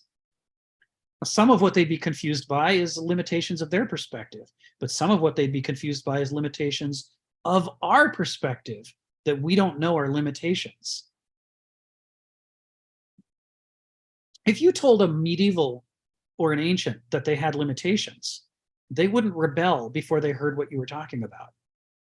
But a modern would rebel before they heard what you're talking about, because we don't actually believe that our ego, our will, our intellect has limitations. To us, that's a sin, that's a blasphemy, that's a no. We believe we have an infinite mind that could learn anything and see things exactly the way that they are. So anyway, it's a chicken and egg problem here, right? It's possible to be exposed to the information that would allow some person from some other epoch to have an insight into the limitations of their character, but you put a modern in that exact same situation and we see the exact same thing, and we don't realize that this is evidence of our own limitations because we think it's impossible for us to have those limitations. For us, the future is an infinite upward progress that leads to greater and greater godlike capabilities. And, thousands of years from now, people will be just like moderns, only more so, we think. I think, was it Phil who was citing the guy who's always saying, we're at the end of history, we've arrived, we're done now. History was for those primitives, but now it will be an eternal present of progress. That is, although most people, Francis Fukuyama, thank you, Chris. Although most moderns would never say it out loud because it doesn't sound good out loud, we're all thinking that. Right? Even those of us who rebel against it. First we think it and then we negate it. We can't not have the impulse because it was given to us before we ever started thinking. It's everywhere in our culture. We're marinating in it. This idea that, history was for the primitives before us, and now here we are in the great and eternal shining future of the present. Lisa and then Phil. Go ahead, Lisa. Come off mute and tell us what's on your mind. Okay. I don't get your position that because one thinks in possibilities, they think they're above God or above nature. Maybe I'm not understanding where you're coming from, because I break things down to basic understanding. And for example, you said MS Windows, which why didn't we call that evolving? I think that's a great idea because it shows the possibilities of where man can go. Right. Man went to the moon. That's a possibility that was limited until it happened. Right. And until you do something with a mind that thinks in possibilities, you don't know you can go there. So if Right. you go there, you're not God, you're not above God, you're just, this is what happens when you think impossibilities. Right. And it's not an ego. I get kind of heightened here. It's not an ego if you go to possibilities and recognize that you can do that, because if you have an ego along with yourself on that journey, you can't get to the possibilities because the ego stops you. So it doesn't make sense to you. The whole story, Sure. maybe I'm just picking up bits and pieces. Yeah, But let me break it thank you. down. I'll Okay, break it thank down you. for you. So let's start by talking about ego. You know, this existentialist tradition that builds on Hegel would say that the reason we have these two faculties, what Hegel calls Begriff and Verstand, and I should type them in here again just to make clear, Begriff and Verstand, right? Where Begriff is a naive form of gnosis, and Verstand is a naive form of noesis. This is Hegel's argument, right? He says we could develop the third form, which combines gnosis and noesis in a mature way, but there's no guarantees that we ever will. But these are the basic faculties we're building all of this out of. And the argument would be the reason we have both of these faculties is that we need them. Even though each of them has its problems, like Verstand includes ego. If we didn't have ego, we couldn't plan. And if we didn't have ego, we couldn't even recognize patterns. To say, I was hungry yesterday and I'm hungry today, I bet I'm going to be hungry tomorrow. According to Hegel, that's an act of ego. And it's not that it's evil. It's not that it's bad. It's not that it's wrong. But it is that part of the mind separating itself from the eternal present and stepping away and looking at the pattern. Right? The pattern is not the moment. You can't detect the pattern in the moment. You have to extract yourself from the moment and say, I'm going to turn down my loud and engaging song, and I'm going to turn off this exciting TV program, and this room is full of people who are chatting. I'm going to step away from the relentless immersion in the experience of the moment, and I'm going to reflect. And in that reflection, in the space that I've created, that negation opens up a space between myself and experience. In that space, I'm going to will myself to look at different moments and recognize that there's a pattern among them. And then I'm going to craft, Homo faber, right, man the maker. I'm going to craft an imaginary world for myself in which the days aren't all what they are and nothing else, but they also have connections to each other that are in my mind. And this thing in my mind will now be imprinted upon the shape of my experience so that I can never again experience it as 100% immersed. There will always be part of me that's going back and forth between the experience I'm having and the artificial world I've created in which there's a pattern. And that's how we think, says Hegel. The noesis, you know, it creates the separation. It starts manufacturing a second world in our head in which we have patterns and eventually rules and laws, in natural laws, theories, hypotheses, in which we have logic, we have claims and deductions, we have mathematics. And all of this is the act of the ego. Not the ego like it's a sin and you go to hell, but the ego like daring to separate yourself from experience, daring to say that you should be allowed to look away for a moment from what you're feeling and sensing into something that you're creating for yourself, and that it's important too, and that it's worth spending time in your plans and ideas. You know, it's like, imagine a really nervous, defensive teacher who insists that you stare at them the whole time. And if you do anything else, they're insulted. How dare you look away from me? Is this there? You know, we've all had some experience with somebody who insisted that we watch them. We look in their eyes while they talk. You know, there's always people around who are really nervous and they want to know they have your complete attention. So there is this way in which Begriff, which we're born into, starts with a position in which we are 100% in our feelings and 100% in our sensations. We're connected to everything in a live wire way. And in that is a covenant that we forget later on in life that we ever had, which is, I respect this so much, I honor the authority of this so much that I can't look away from it. I must always be immersed in the moment. And when we start saying, haven't I been hungry before? Maybe I was hungry yesterday too, and maybe I'll be hungry tomorrow. Maybe I can plan my meals.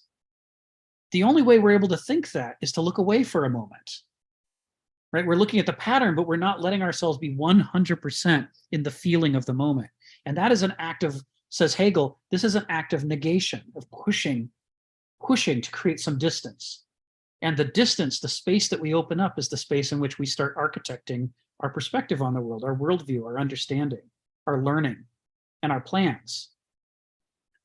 This is part of what makes Hegel such an interesting modeler of the human personality and thought, is that this idea all by itself, that even just recognizing a pattern is an act of ego, is something that nobody, as far as I can tell, before him ever said.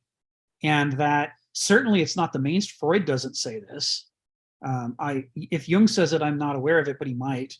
But most people who talk about the structure of thinking and how does it work, they don't talk about willfulness and ego as being inseparable from intellect and logic. But Hegel sees the way in which Begriff, the naive experience we have at first, is not just the absence of education, but is the presence of a faculty operating at 100% at first. And that the only way we start to create room for the other faculty, Verstand, as we develop it, is to partly cancel out or negate or look away from that all-encompassing immersion, right? We all only have the same number of hours a day. We all only have the same amount of attention span. So the only way you're able to do intellectual activity is to reduce how much of your focus is going to your feelings and your sensations and so on. So there is a negation, there is a limiting that happens in order to create the space to attend to something else. When he talks about the negation, this is what he's talking about.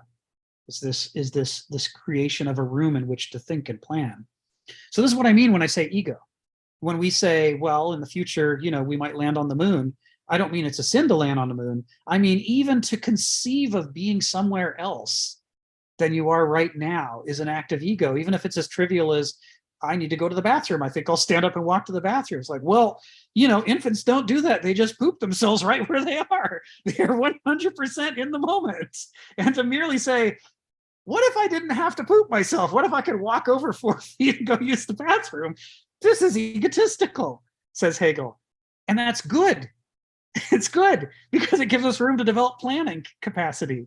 But we, as adults, at this point in our lives, we've been doing it so often, we don't remember the great crisis that we had during potty training, where it felt wrong to look away from the moment. There are little echoes of this in adulthood. And one is, if you're having a really great conversation with somebody, but you kind of have to pee, but it's a really great conversation, and you don't normally get to have this person is opening up and telling you the things about themselves you've always wondered about, and you're afraid, if I get up and say, excuse me a moment, I really have to go to the bathroom, I'll be right back, you're afraid they'll forget, or they'll shut back down, and when you come back they'll be more closed and that you won't be able to have this conversation. At some point or another, even as adults, whether it's watching a movie or listening to a conversation or reading a really great book, there's some point where we're crossing our legs and squirming a little bit, going, one more page, just one more page, and then I'll go to the bathroom. This is the last echoes of that struggle we had when we were little kids being potty trained, when we didn't want to separate ourselves from our experience in order to plan ahead and do something that wasn't nearly as rewarding, to avoid something that was going to come later that we wouldn't like, but we weren't experiencing it right now, so the not liking part wasn't very strong, whereas the liking part of what we were having to give up to go to the bathroom was really strong. The problem for the infantile mind is I have to give up this really great thing for this abstract thing that I'm not actually feeling right now. How can I possibly do that? The value proposition from the perspective of the Griff is a poor one.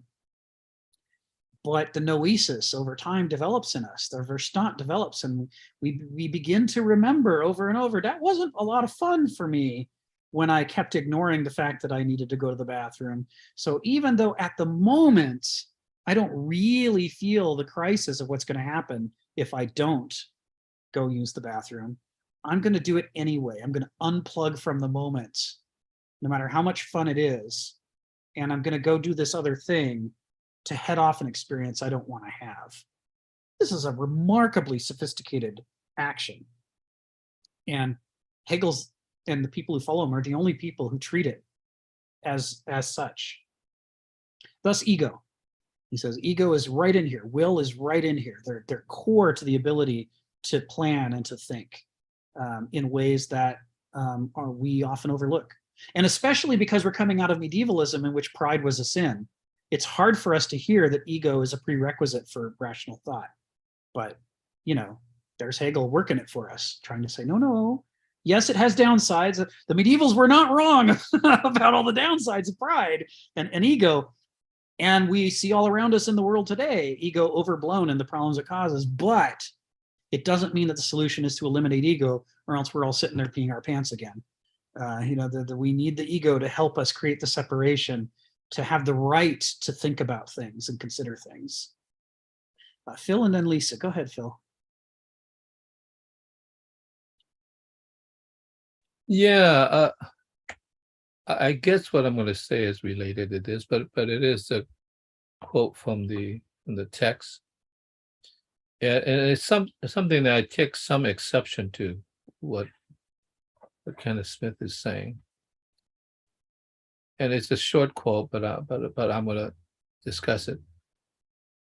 The Greeks were aristocratic precisely because they were pessimistic about the intrinsic love for truth among most humans, and the profound or characteristical educability. I think maybe he's being just pedagogical and he sort of set this up to state something, but the way it's stated, it seems rather one-sided to me. And my thought is this, from that statement is this, that because human beings are the least instinctual of all beings, the corollary to that is that mankind is as close to beings with a blank tabula rasa. I'm not saying that it is tabula rasa, but it's close. That is to say, human beings are most amenable to education to unlock its potentiality. I guess the Greek realized that. Yeah. However, what mankind has in common with other beings is the desire to exist. Yes. Which is even more fundamental. Right. That basic condition is to continue to set up the foundation for optimism, because why even try to exist? When you start pessimistic, like it's not going to get any better. It's just painful. It's tragic. It's like, why, just let me commit suicide right now so I could end it all, right? Mm-hmm. Which is, and that would not be good for this more fundamental thing about existence. Yeah. Basic foundation of optimism. It is a hope that drives life to the future. Otherwise, why not commit suicide? Straight away to the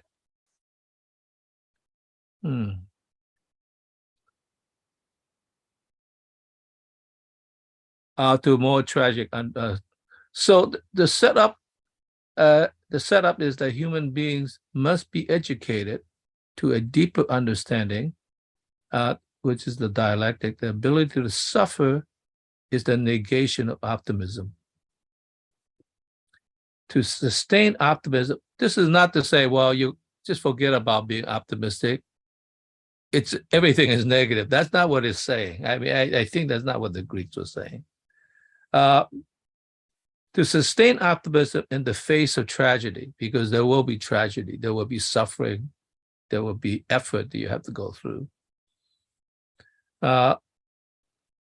Only then can you come out the other side, the one-sidedness to a life which is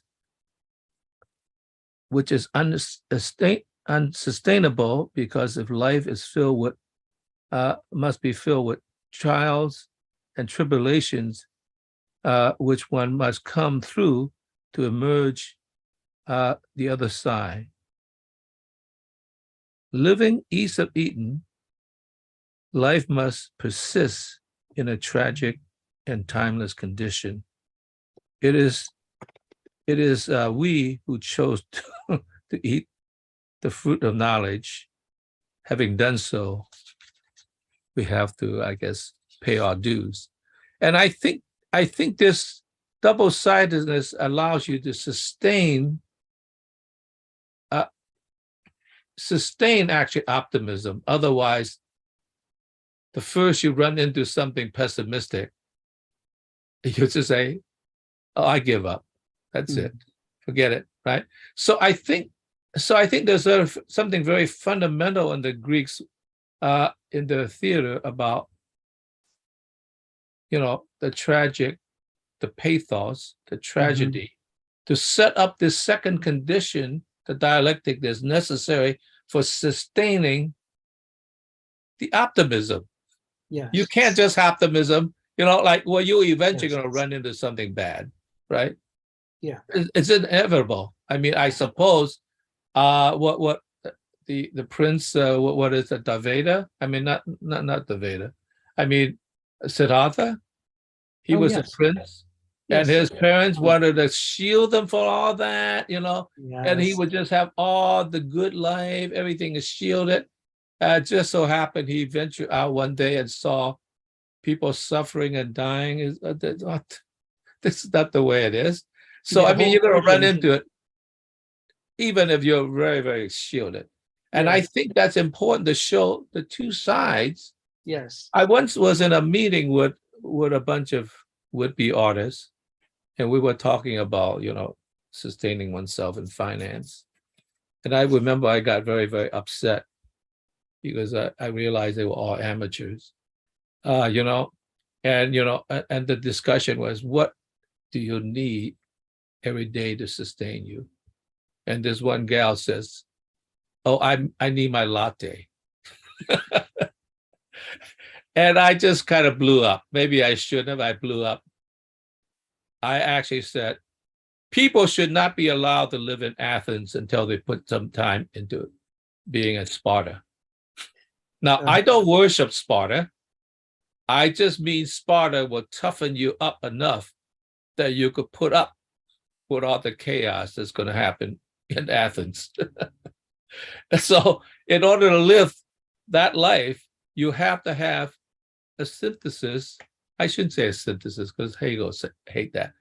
A weaving of the two to sustain you. Sustainability is something. Remember what happened with globalization? One damn ship. Everything was optimal. Oh, positive. Like the money is coming in.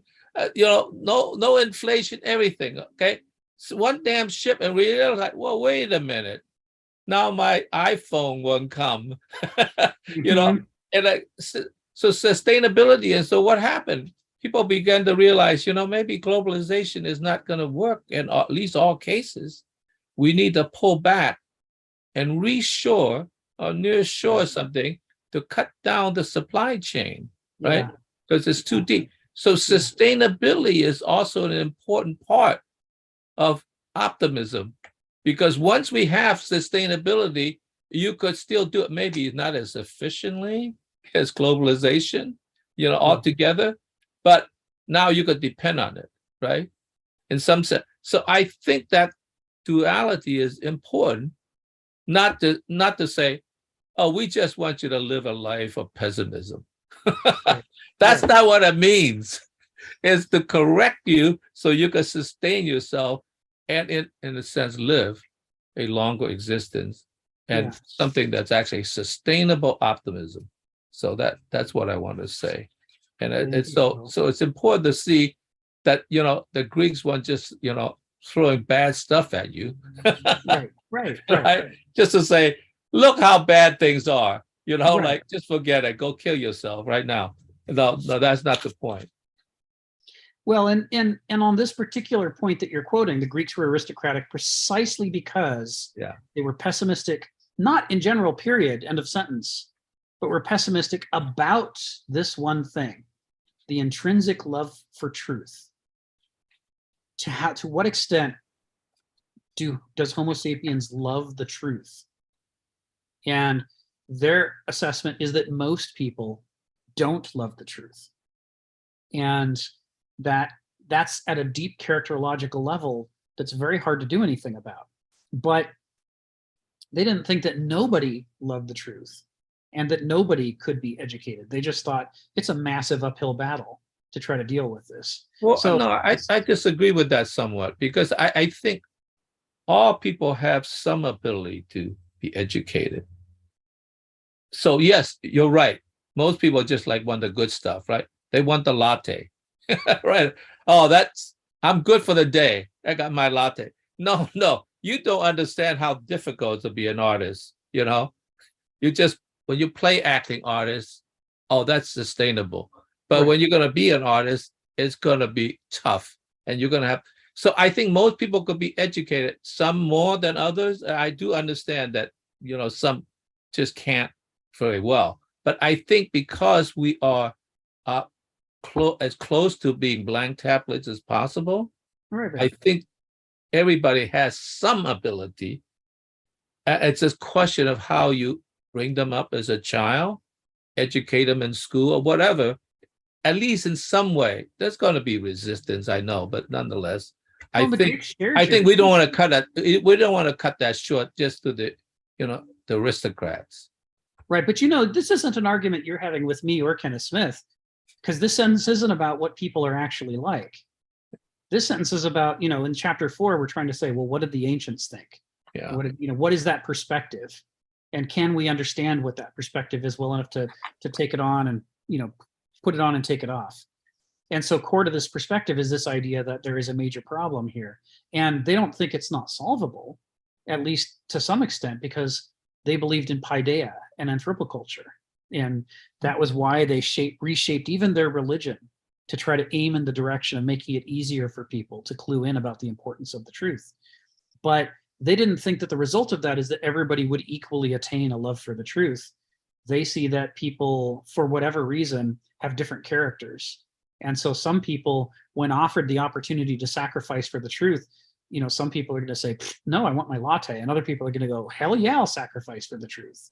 And that recognizing, the point of this sentence is recognizing the differential characters is key to their issue of, well, then how should government work?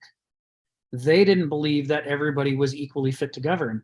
They said many people don't want to govern at all. There's nothing about them suits them to governing. They have exactly. Well, in contemporary society, we have also constructed a system in which we want them to not learn the truth, because that's the hidden part. So we're not only non-educational, we're actually kind of anti-educational. Yes. And that makes it hard for us then to gauge what's possible for human beings, because, you know, the examples around us are the victims of you know, massive obscurantism and marketing and PR spin doctoring. And it's like, there's a reason why everybody's confused right now. It's like, there's an enormous amount of work going into confusing us. And of course, you know, the Greeks are a pre-industrial society. So what would be possible in a world in which the powers of science and industry were wielded, instead of to maximize the profit that we can get out of people, was constructed to maximize how well we could educate them to love the truth and, you know, love axiology and so forth? And the answer is none of us knows. We've never seen any such society. We don't. So as a result, the experiment hasn't been run, and we don't know what the limits are for how much people could be educated or not.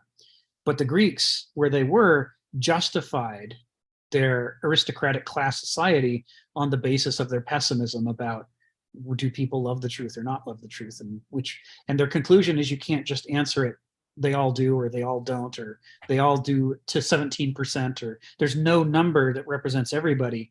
Instead, and this is why this is in this section C, instead each person you have to gauge according to their own character. Just like the thing about the Italians versus the Norwegians or what have you. You have to really closely understand the matter of somebody's character before you'd be in any position to gauge to what extent they love the truth and are willing to sacrifice for it, because the answer for everybody is different based on their character. And of course, part of where the complexity comes in is that they didn't believe character was a fixed, rigid thing. They thought it could change over time. You know, people could cultivate their characters. Their culture could help them cultivate their characters. So you could start out with a bad character, but maybe cultivate yourself into a good character, or vice versa. And so this isn't saying a priori at birth, like in Brave New World, we're going to stamp people with what class they go into, and then they have to stay there, because the character can grow and change over time. We don't know where people should end up. We always have to be watching and listening. Who is this person right now?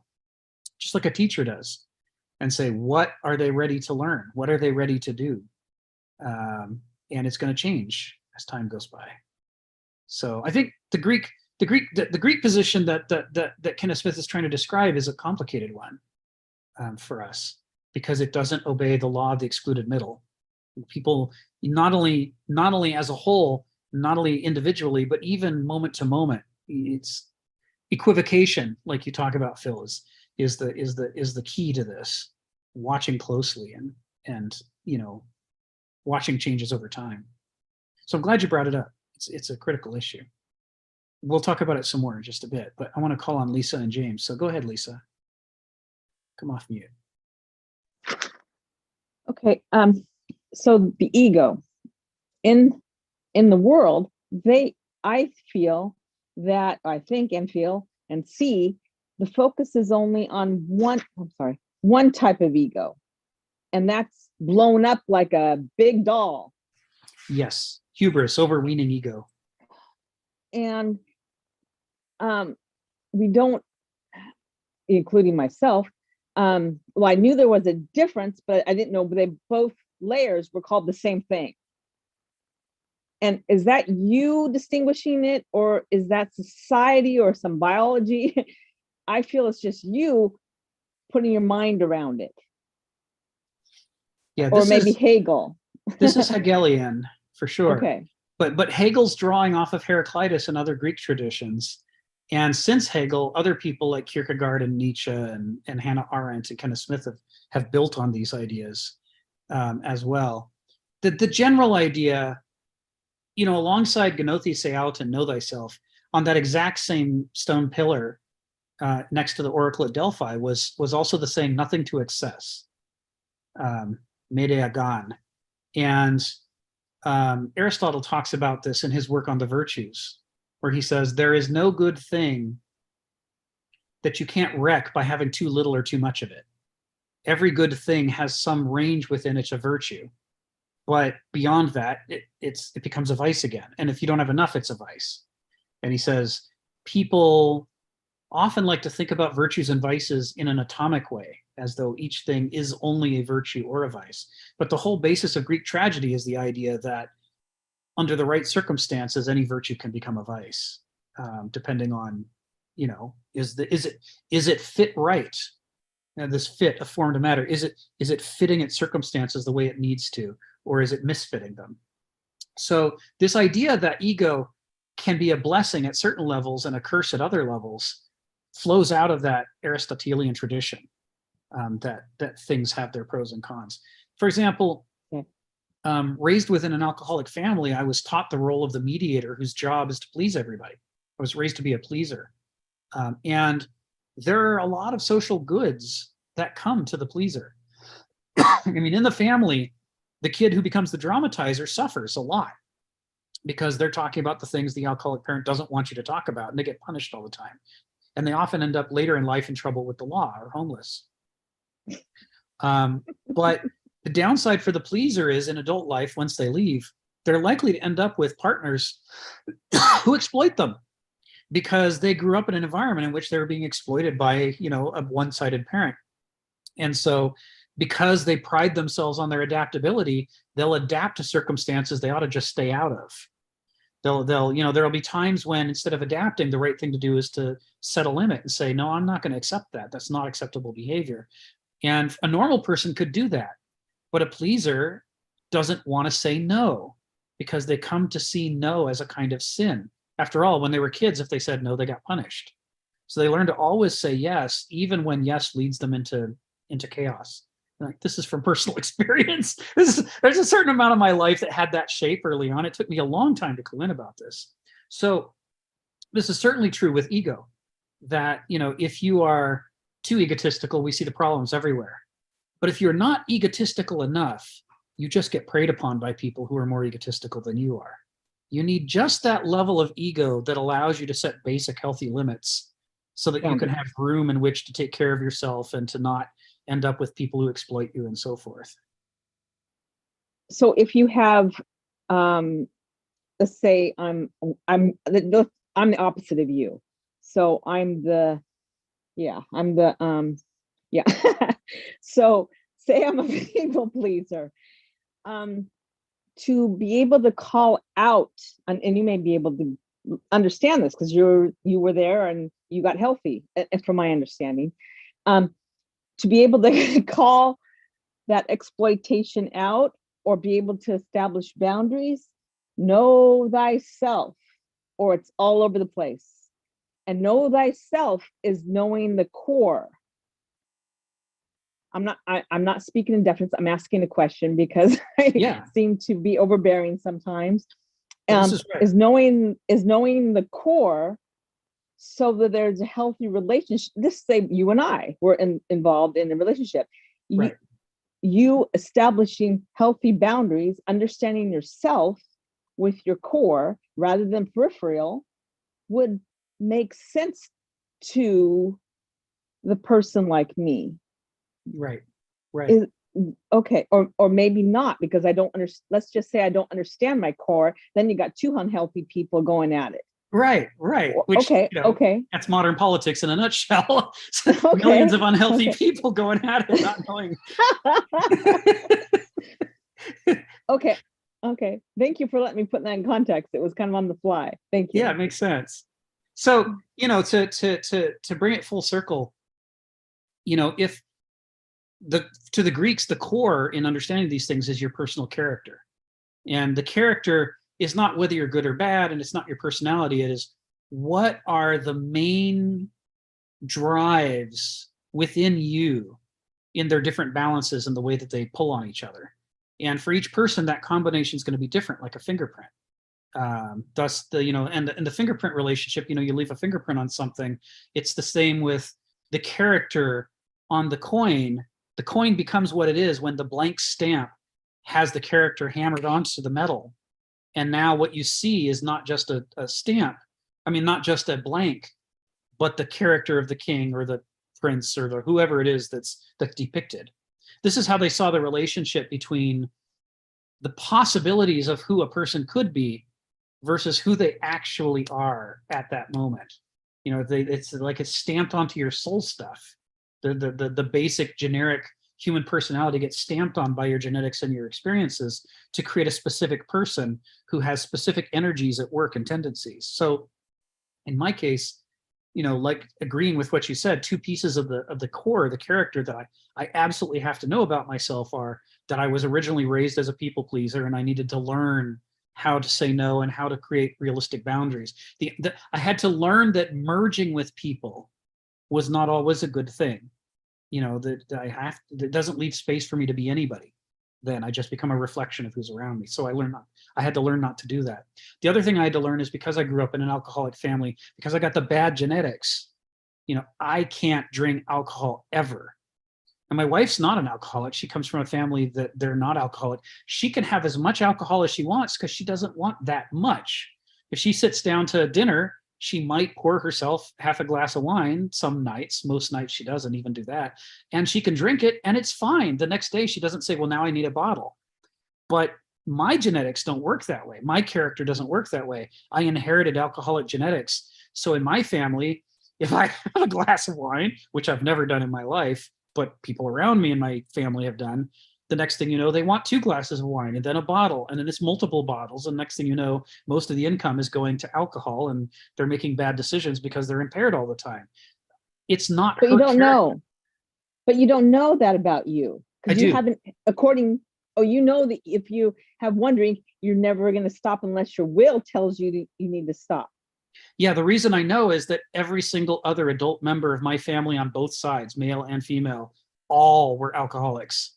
There was no exception. But that we got the doesn't mean strong genes. that doesn't mean there's no facts out there, only a hypothesis that you will turn out like that.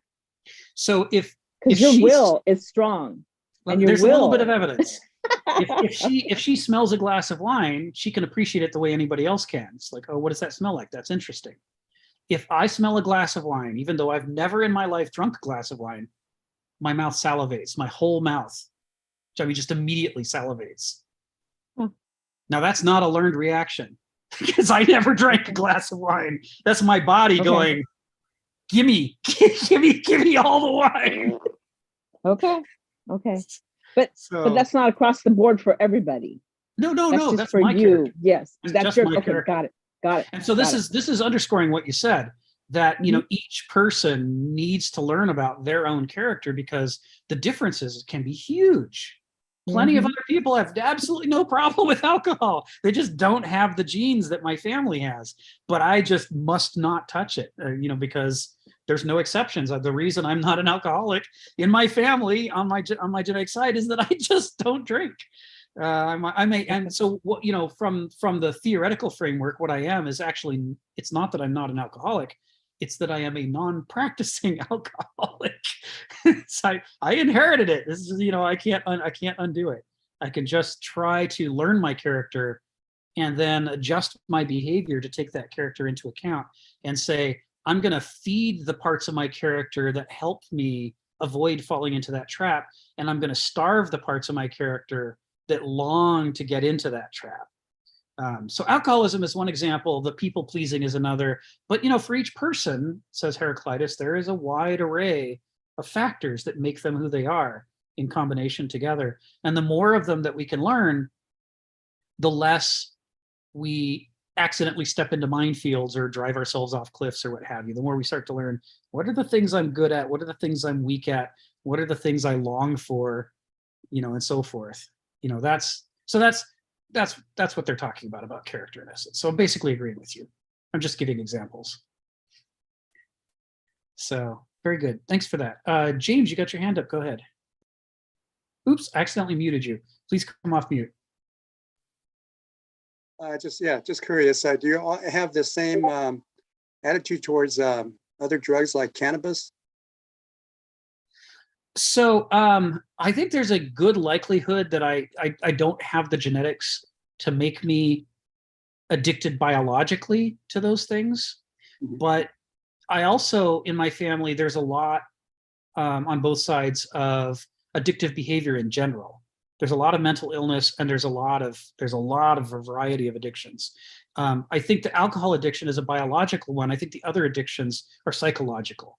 There are ways that people try to deal with their depression, their mania, their schizophrenia. They try to self-medicate. And the temptation is, it's not 100% the way the alcoholism is, but there's a lot of them. So from that, I've inferred that I'm probably better off avoiding anything that has a potentially addictive quality, just to force me to confront whatever the emotional issues are in our family that lead most of them to want to run away from them. And here again, I'm pro legalization and all that stuff. People should be free to do what they need to do. But for myself personally, I think it's safer for me if I don't try to modulate myself emotionally through the use of substances. If I try to modulate myself instead through any other tactic, any other strategy is fine. Right. Go get some exercise, get some sunlight, have a nice conversation with friends, get enough sleep. Sure, all those things, they're all available. But anything that would easily slip into that family pattern of, now let's do it all the time. It's like, I'm just, I have relatives who smoke joints relentlessly. It's not that they do it sometimes, it's all day long, it's one after another. And it's because, the emotional things that we've inherited are so painful. The only way they know how to deal with it is to separate themselves from it, by externally altering it. So, and I have no problem with them doing it. I just don't want to do it myself. Yeah. I think Well, it's, go ahead. I guess the only, you just stick to the intellectual highs, right? Intellectual highs, or I'll do martial arts, I'll hike in the wilderness. I mean, anything else is fine. Anything that would be hard to become addicted to because it doesn't have the simple physiological feedback loop. Okay, so let's try to get off on this question I'm going to ask you. Yeah, but it's useful. Go ahead. Yeah, you mentioned that Hegel was one who started the existentialist movement. There's some people like Iris Murdoch who wrote a really good article in her book that Kant was the one who actually started that that existentialist movement, in positing in this idea that there's a restriction of a rational being able to experience and know what is beyond certain limits, and that includes the pursuit of the good and so forth. That's very interesting. But Hegel, but he probably I think he talks about existentialism as a phase and in a dialectical logic. But so he would be a little bit more optimistic about understanding this existentialist position or stance or philosophy within this dialectical logic, and places in within the logic of nature, right? Yes. As a kind of, like, I think he mentions in the logic that he says that nature impels one towards harmony. Yes. And that would be a more optimistic point of view. Yeah, that's right. So would you look at Kant and people like Kant or somebody like Parmenides as in this as a kind of philosopher, or that is in this kind of begriff that is naive gnosis? Are they going a little bit too extreme to this kind of way of thinking?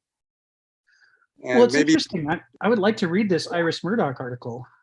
Yeah, it's in her book called it's called Existentialists and Mystics. Ah, there it is, 1997. Yeah.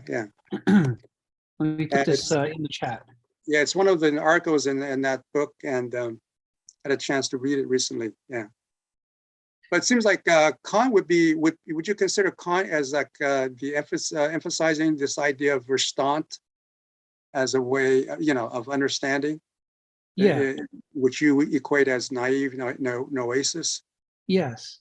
Well, let's say that's Kenneth Smith's position. I mean, he's written some papers on Kant in which he takes that position. And in doing so, he's partly building off of Hegel's critique of Kant as being overly intellectual, overly idealized and abstract, and not adequately grounded in what is the process of development by which the mind, the pure intellect that Kant describes, how does it develop out of something else? And what is it going to turn into? And so this is why Hegel sort of positions Kant's pure intellect as the second step in a three-step dialectic, because Hegel wants to talk about what led to that. And then afterwards, what is that going to lead into? So he positions Begriff before Verstand, and he positions Vernunft after Verstand in his dialectical structure for that reason. And he's pretty clear about the fact that he's doing it because of wanting to be inspired by nature, and the way in nature everything develops and grows. Nothing ever just is. And in that, it's very Heraclitean, right? That's Heraclitus in a nutshell. But That doesn't mean I'm not open to this idea. I'd like to read this book by Iris Murdoch and see what she has to say. I find that frequently these sorts of approximations of who people are and where they fit within the history make, fine opening statements, but then they need to be modulated as you more fully understand them. I had a discussion with my father last week as we walked around Green Lake about Hegel and whether he was an idealist or a materialist. And in Marxist circles, which Dad spent some time in the 60s, Hegel is presented as an idealist and Marx as having fixed Hegel by doing dialectical materialism instead of dialectical idealism. And so all over, the Marxist world, you can talk to people who say Hegel is an idealist. And the way they know is because Marx is a materialist and he says that he, fixed that in Hegel. But when you actually read Hegel, you find it's not so simple, right? Because Hegel's critique of Kant is that Kant was an idealist. He was presenting an ideal mind, ideal reason and how it worked. And Hegel wanted to fix that by going back to nature and talking about how do things develop. Well, nature is a material realm of things full of meaning, pregnant with meaning. And ergo, Hegel is at least partly using a materialist critique of Kant.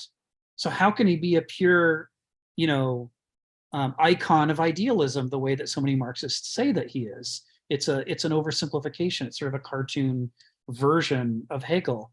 And the more you look at it, the more you end up having to conclude that Hegel's a transitional figure with a foot in both worlds.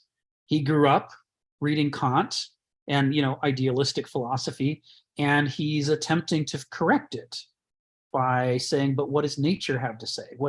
If we look outside our ideas and look to the real world, what do we see happening?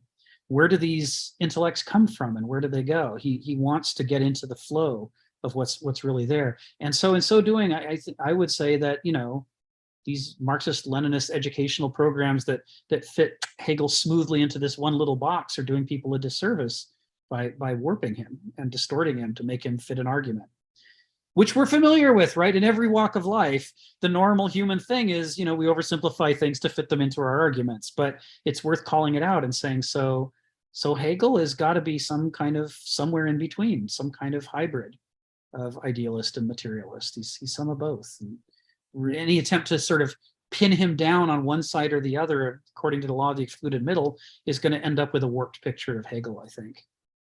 Yeah, I think Marcuse sort of interprets that Marx is really just saying that it's just one, we're just at one point of history where it's going and reaching that idealistic point of view, and we're moving into the next phase, which is a materialistic point of view, and maybe going back again. It's part of that same dialectic. Yeah, there's a lot of ways to interpret this stuff, right? And of course, that's Kenneth Smith's core point, is that we are better off not trying to pick one perspective, but instead learning how to modulate between different perspectives so that we can, consider each problem according to its own character and then shift among our perspectives to see which one lets us see different parts of that character to understand it better. And by doing that, we then end up liberating ourselves from the trap of any single perspective and being better able, in this Greek mosaic fashion, to piece together the complexities of reality in a way that we can't do if we just stay rigidly within one perspective. This basically, Kenneth Smith in some ways is refuting the medievalist project to say there is one perspective that all human beings should have. And he's saying, well, by being human, it's impossible for us to find that one spot where we could see everything clearly because we're finite. So we have to be able to move around and look at things from different angles. Phil, go ahead. You got your hand up. Yeah, it seems to me the question would come down to whether his dialectic is projecting to the future and to what degree it does, and to what degree it is really, I'm going to use that word again, reactionary, in the sense that it just react to what history has already produced. He's explaining the past up to the present, right? and it might have a hint at a momentum, but it's not really prescriptive in the sense of projecting.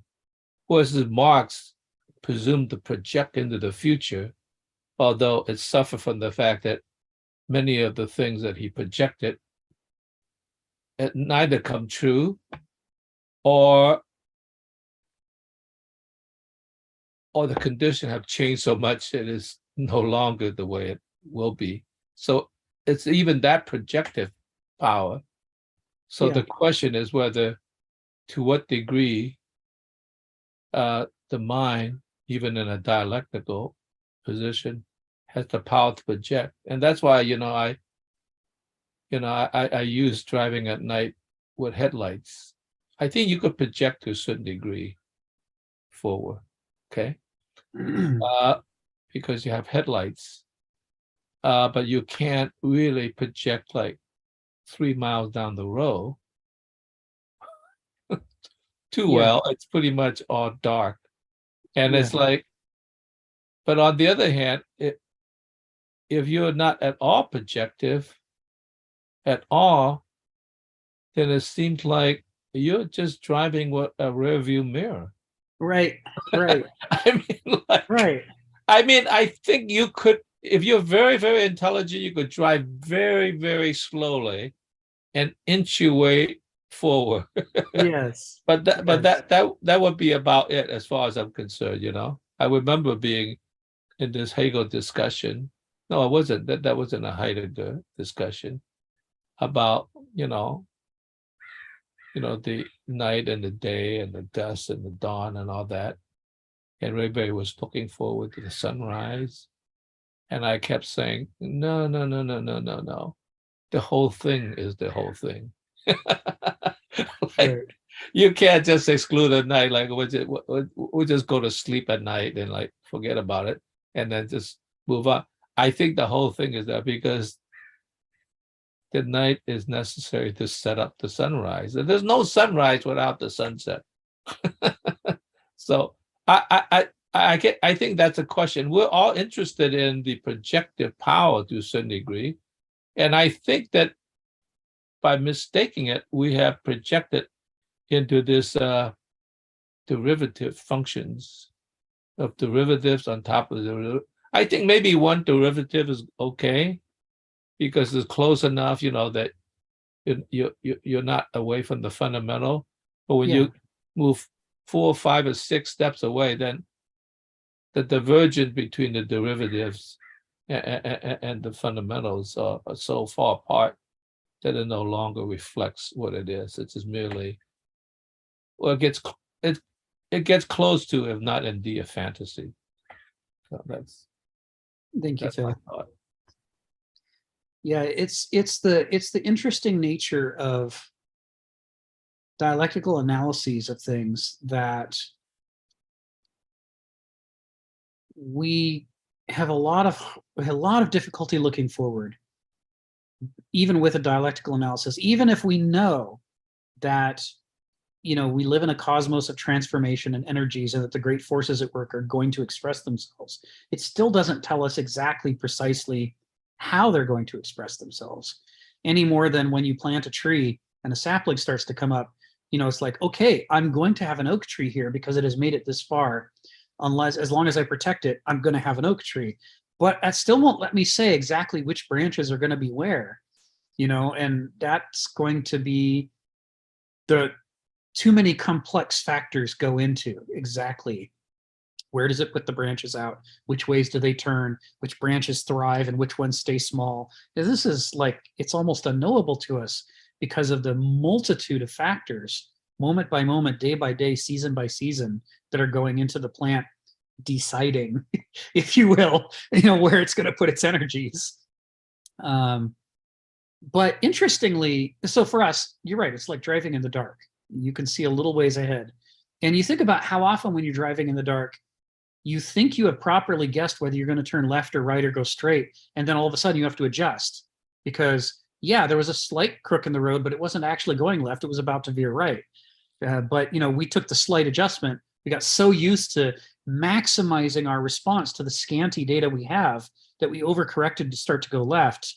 And it was really just nudging a little before going right. We've all had that experience as drivers, and that's why we just can't look very far ahead with any kind of accuracy.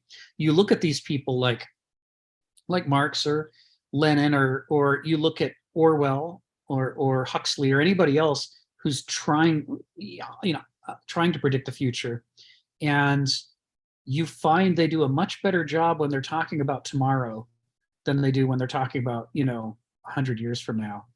I can't remember which work it was that was talking about this year and what we would be up to this year and how we'd be off to the next solar system over. And the commentator on the internet was going, "Oh, you sweet futurists of the past who really thought we could stop squabbling with each other long enough to go explore Neptune, and put people on Pluto." It's like, well, we're still struggling with really basic things like, should everybody be allowed to vote? It's that getting to the stage of a sustainable spaceship or colony in space. We're so far away from that.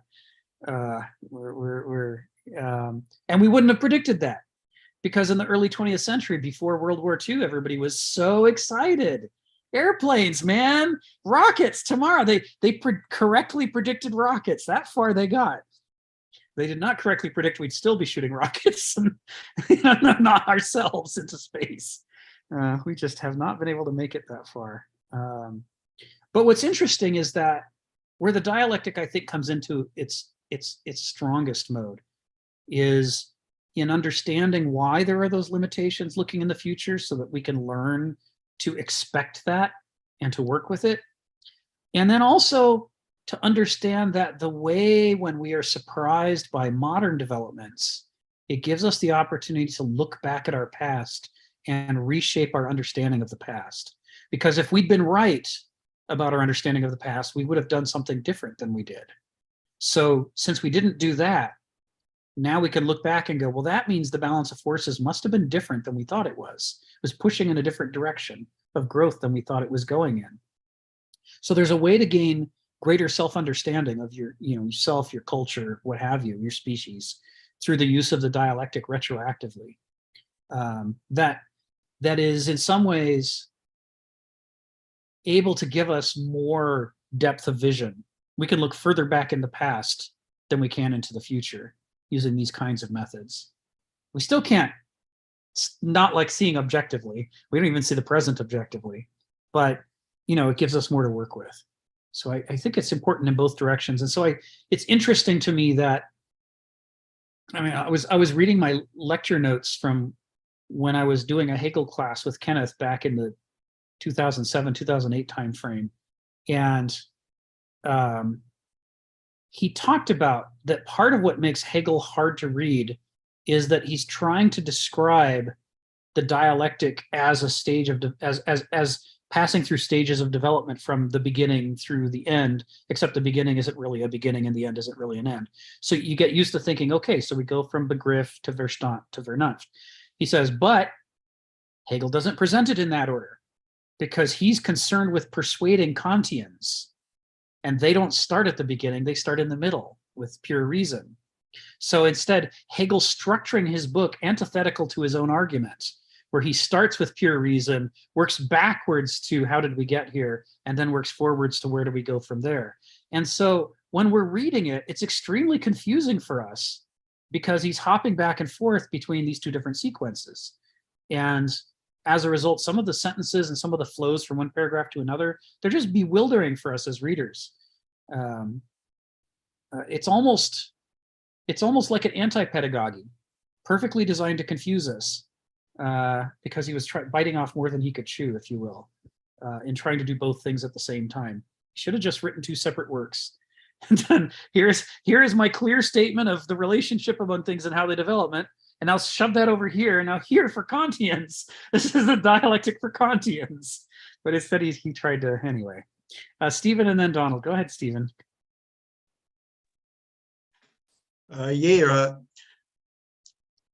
With Rudolf Steiner, I encountered the use of these terms, spiritism versus pneumatism. And he went back to Goethe, and he said Goethe was always warning, beware of generalizations. We have to generalize to exist, to get along in the world. But remember, we're not getting the whole picture. We've bypassed the whole picture. Mm-hmm. And you're saying, well, we talk about God. And it's a bit like saying we look at a swarm of gnats in the distance and we say, oh, what's that cloud over there? But if we get closer, we see that there's a whole load of individual spirits swarming around each other. Reacting to course, each other. The monotheists think they've stood back and said,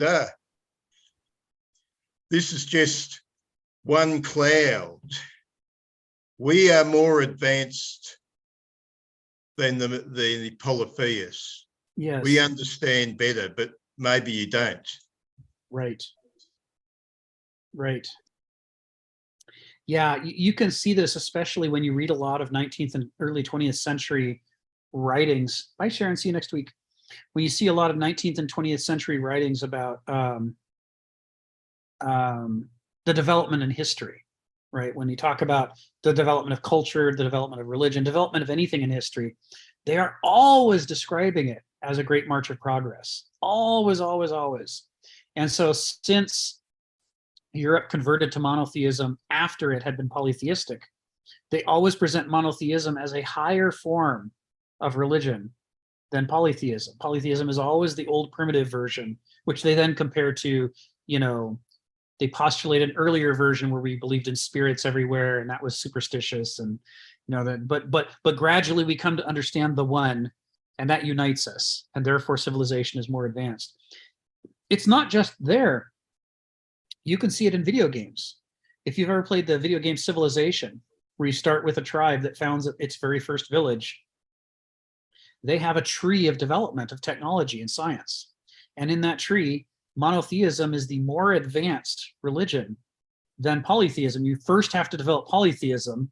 And once you have that, then you are, and there's certain improvements to your city you get to have after you develop polytheism.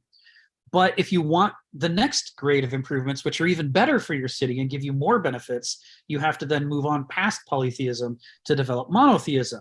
And now you can build cathedrals instead of mere temples, right? Which is the polytheistic form. So literally built into the structure of this game is this assumption that monotheism is superior, polytheism is more primitive, just like Stephen's talking about. This is like, we don't even know the extent to which we take this for granted. And in doing this, what we're doing is taking a linear sequence that applied to Europe specifically, because other parts in the world didn't always go through this in the order that we did, right? But we're taking our parochial view of our own order of development, and rather than treating it as the development of the character of our own continent, we're now claiming that this represents the laws of nature and the evolution and development of our species as a whole.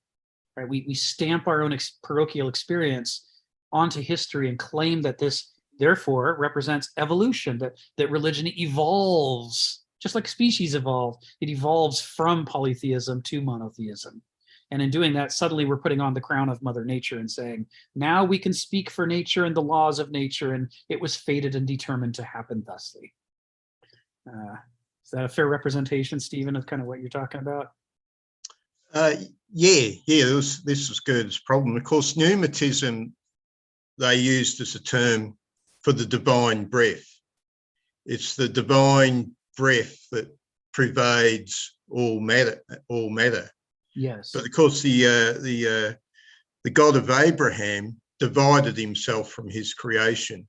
In Genesis, we hear the Sumerian myth, but the God of Abraham is saying, look, I put these two lights in the sky, the sun and the moon, but they're not gods. They're mere objects I created for you.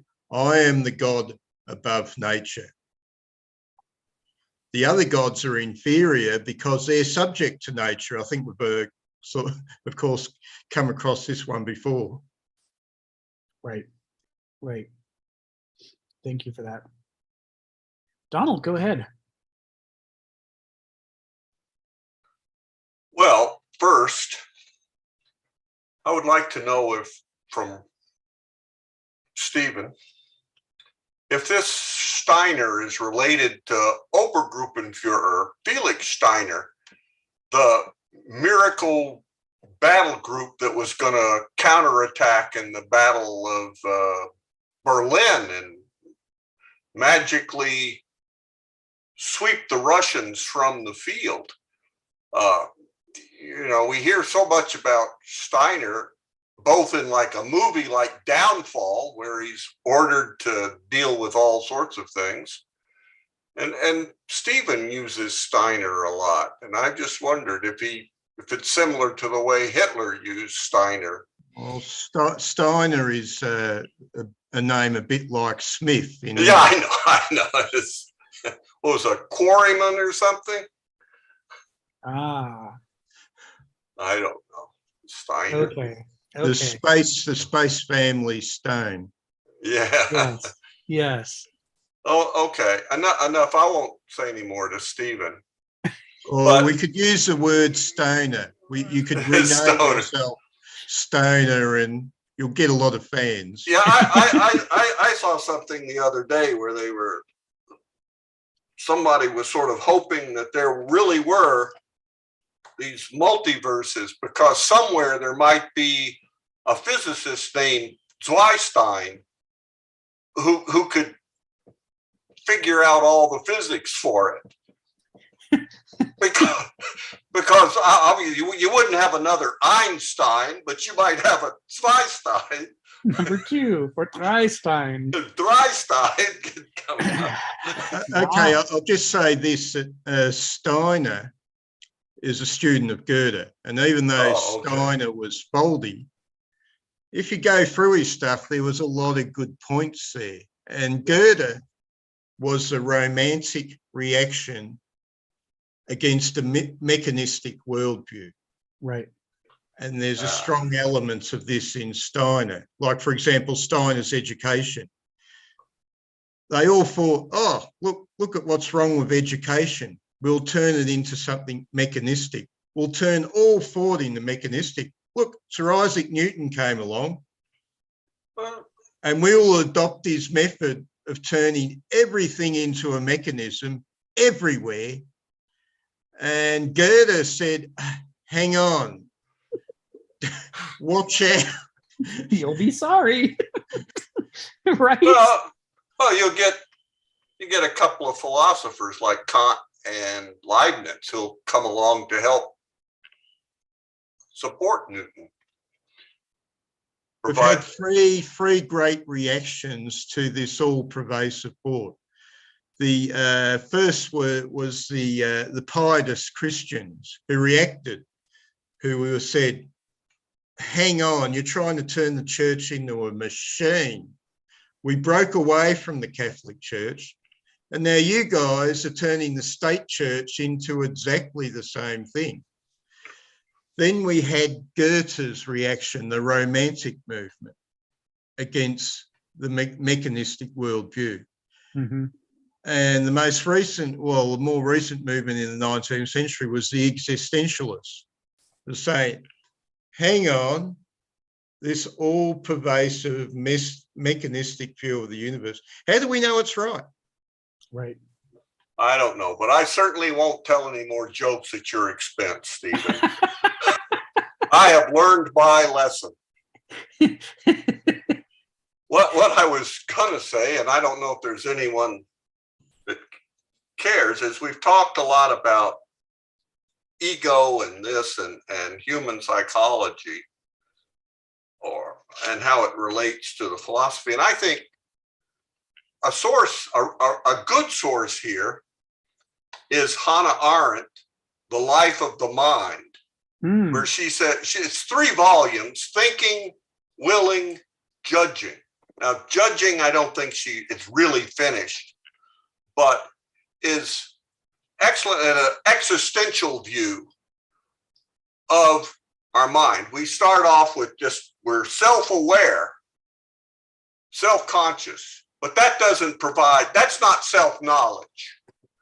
You then have to look behaviorally at what things the mind can really do and how well it does them, and what behaviors it exhibits. And she comes up with three main categories. I find it, I guess, more, to me, it made a lot more sense than, like, you know, the ego, the id, and the super ego, and Right. and stuff like that. And I think it's easier to understand when reading with Kenneth, because I think it's more aligned with his existential view that we have to, from actual existence, derive these powers that the mind has. And so her book is a lot of pointing. See here, when we're doing this, we're thinking. When we're doing this, we're willing. When we're doing this, we're judging. Now, it might run into a bit of categories and stuff, because she did take the high categories, I think, from Kant, the primary categories, but somewhat in rebuttal, but in any case, I think it's a nice adjunct at this point, a way to think about ourselves in a existential way, how far you can get that way. Well, enough of that. I'm glad you pointed us at that, because I'm certain that somebody, whether it's you or Kenneth or someone else, has pointed me at this before. But for whatever reason, despite the fact that I adore Hannah Arendt's writing, and I've read a lot of it, not only have I not yet read The Life of the Mind, until you mentioned it just now, I had 100% forgotten it ever existed as a book. Well, every book I've ever read has been pointed, I've been pointed to by Kenneth, I think, except for he doesn't read his historical military history and some things too much. So there are things I read that, but if it's philosophical, I either got an author's name or a book title from Kenneth. Yeah. You know. Well, I'm just amazed, because, if I'd been able to hold in my head that she had written these books, I would have read them ages ago, because this is my jam, man. Yeah, well, it's sort of an existential psychology. Right? You're singing the song of my people. How could I have not read this thing? I'm right now. This is true confessions time. While I reveal this horrific and egregious gap in my edge. How often do I mention Hannah Arendt, and how often do I mention this Hegelian structure, and yet I haven't read this work, which is clearly right in the bullseye. Okay. I'm embarrassed, and I'm sharing my embarrassment. Come on, Rick. How could you be? I mean, the amount of books you've read, don't be ever embarrassed. What I mean is, there's plenty of books I've read that I would gladly have put them back on the shelf and read this instead, if I'd been able to remember that this existed. So blessings upon you, Donald, for pointing me at this. I will immediately, the moment this ends, I'm going to go find myself copies. Well, thank Kenneth, because, well, he's hit me with a big stick more than once. Sometimes it shows that I can remember. I remember obscure things, but no, this is I think very good at putting together. What do we? I mean, we start with, we're conscious. If we were simply conscious, we wouldn't get anywhere. Right. It's the self-consciousness that provides the potentiality for self-knowledge. It's those things. We have some knowledge of ourselves from our internal perspective. We have sense organs, and we get knowledge of things outside ourselves. And we can then also get this external view of ourselves. This is the old, in itself, for itself, in and for itself. I mean, this is, people think these are weird Hegelian categories, but he's talking about things consciousness can do. Right. Exactly. I mean, these are behavioral. How do you convince somebody that consciousness has these powers? Well, you can walk them right through this. Well, you are aware of yourself internally, right? You see the dog over there. You're aware of other things that are object, right? You know, things in your world, right? Right. You can form this view of yourself as an object in the world, right? Good. You've now moved through in itself, for itself, and in and for itself. Thank you very much. Well done. Just demonstrated Hegel's basic correctness. You know, I mean, well, I mean, it took me a long time to get past all the mystical explanations that people had tried to use to say, but they're trying to think, this is the pointing mode of philosophy that you point to things, and so now you've got some sort of genotheseoton because you've been able to combine all these things, and now you can. And now Arendt comes along and says, "See, this is thinking. This is willing. This is judging." Yeah. And especially when you get to judging, I think it's very good because the things you've thought through abstractly, you get some sort of schema, and willing can drive you for action, but you don't know if the particular case in front of you, where does it fit in the schema? That's very important.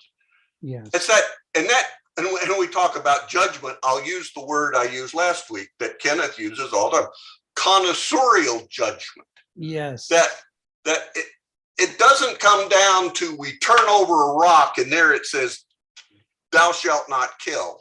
Right. It comes to, it comes to some judgment about how does our thinking and our action, how should we combine them to produce the result that is good for the world, good for ourselves, good for meeting ends.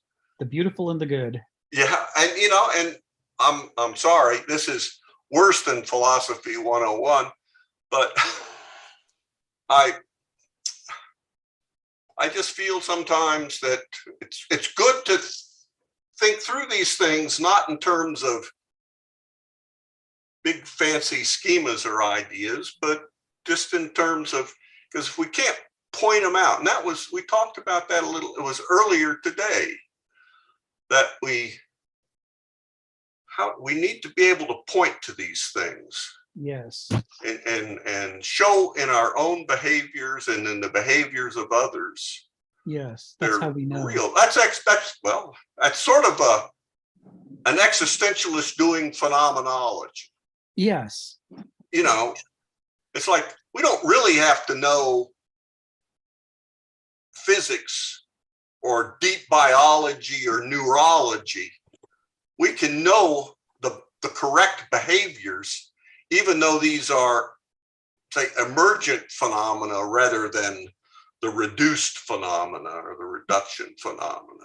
Right. And then if the biologist or the neurologist or the physicists change their theories, it won't change these emergent behaviors if we've been good in that, and therefore they're a reliable guide to living our life.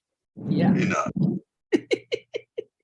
Katafuse, right? According to nature, the best way to understand these things is to actually experience them and look at them and go, well, there it is. It's like reason and mathematics and logic, those are all very nice, and theorizing is nice, but there it is right there. We can all look at it and go, I may not understand it, but I am certainly looking right at it now.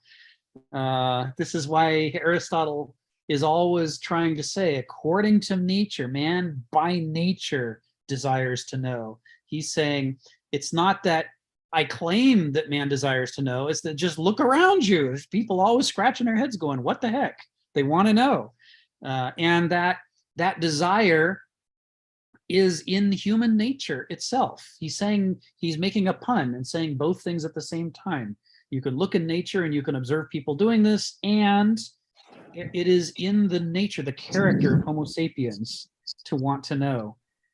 God bless Greek for being able to make these profound puns. The Greeks love to do it. So I'm going to call on Ginny and James in a moment to help wrap us up for today. But I just wanted to share an Aristotle quote that Kenneth Smith told me last time I talked to him, which was about a month ago, which is, no word is according to nature. No word is according to nature. It's his refutation of Parmenides. Now, Parmenides said, being is. Greek has this verb to be, ergo eternal existence must be a real thing. He was persuaded by the language of the Greeks to postulate about the nature of reality, and in fact insisted reality must obey the language.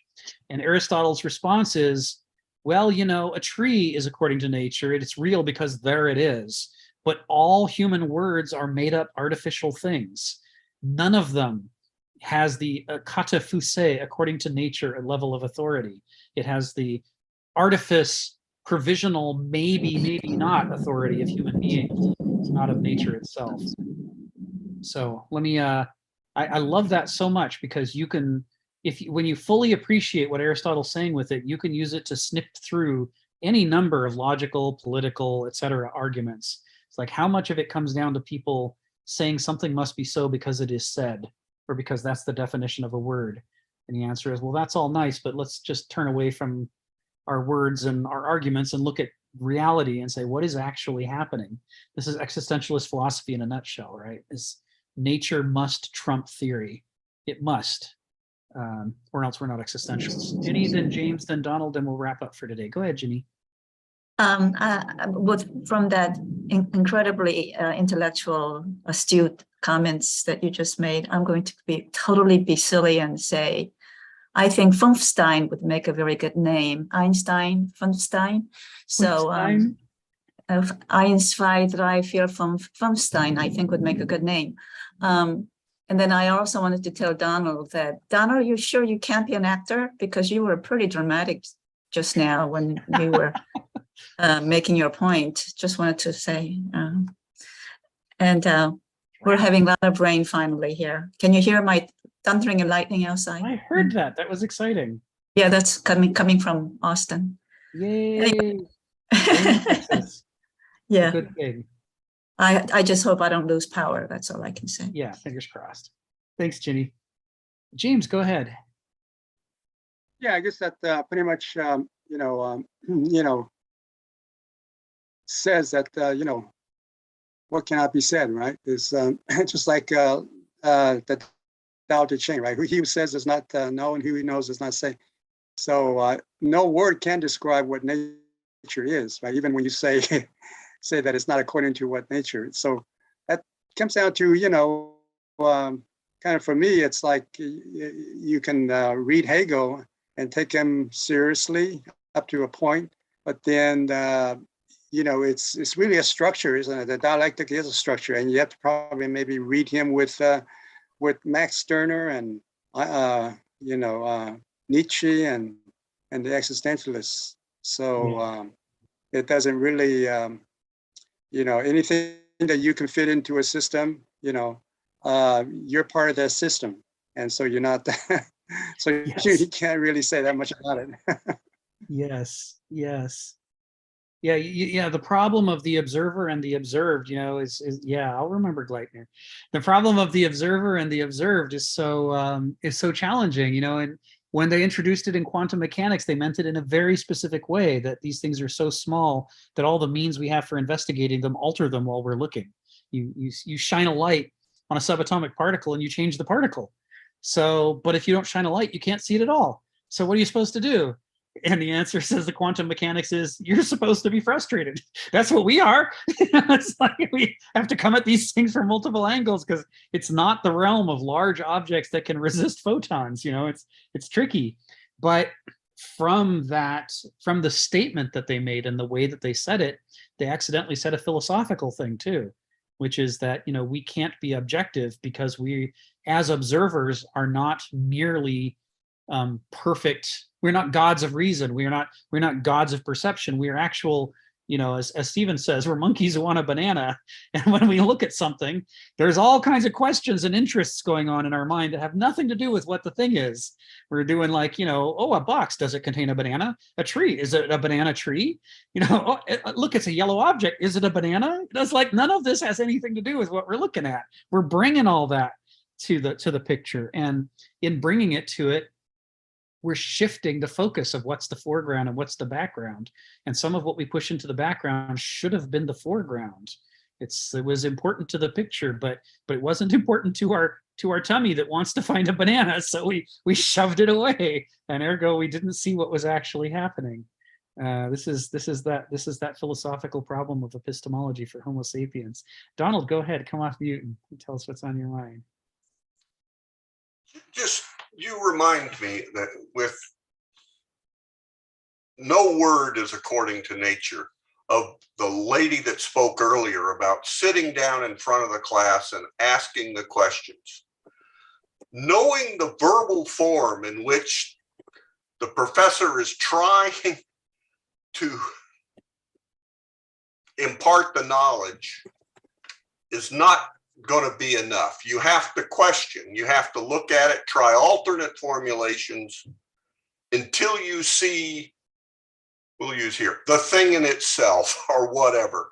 Yes. So that you can recognize that apart from how it's being expressed, the word is not the essence or the nature of what it is. Yes. Just the pointing finger. The pointing finger, so that when whatever the topic is, point to the real. Yes.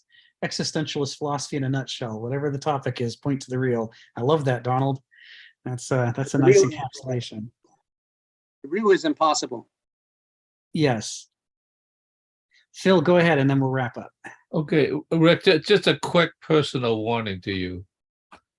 I'm going to turn your personal open source virtue into a vice. I'm going to tell the KGB and ISIS about when they capture you, not the water boy you, the wine boy you instead. Right? I mean, you know, I would not be that hard to mess up for a torture. Just get me drunk. I'll be the worst drunk, 100% unprepared, no idea what's happening. Yeah, it's true.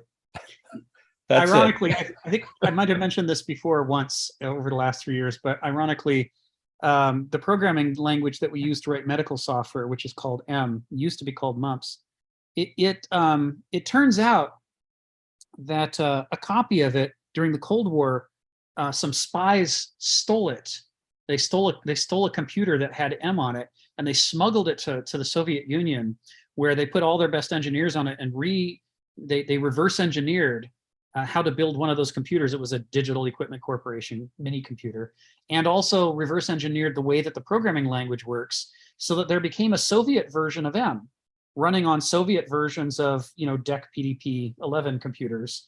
And they spread all throughout the Soviet Union. They actually set them up and they used them to write the software that was used for voting in the Supreme Soviet.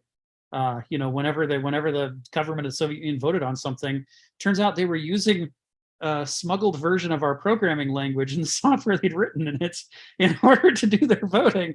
And, you know, at the end of the Cold War, when other things are being released, when the archives are being opened as part of, you know, was it Glasnost?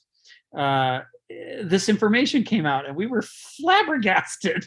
We had no earthly idea that our software was being used for such purposes. Yeah, if you mentioned the KGB, I'm sitting here thinking, well, if the Supreme Soviet software was written in M, I wonder if the KGB files were written in M too. Things I don't want to know. Anyway, on that note, why don't we wrap up for this week, and we'll pick this up again next week. Thanks, everybody. Hey, thanks again. Thanks, everybody. Thank you. Thank you. Great 3 hours. Appreciate it. Thank you. Have a great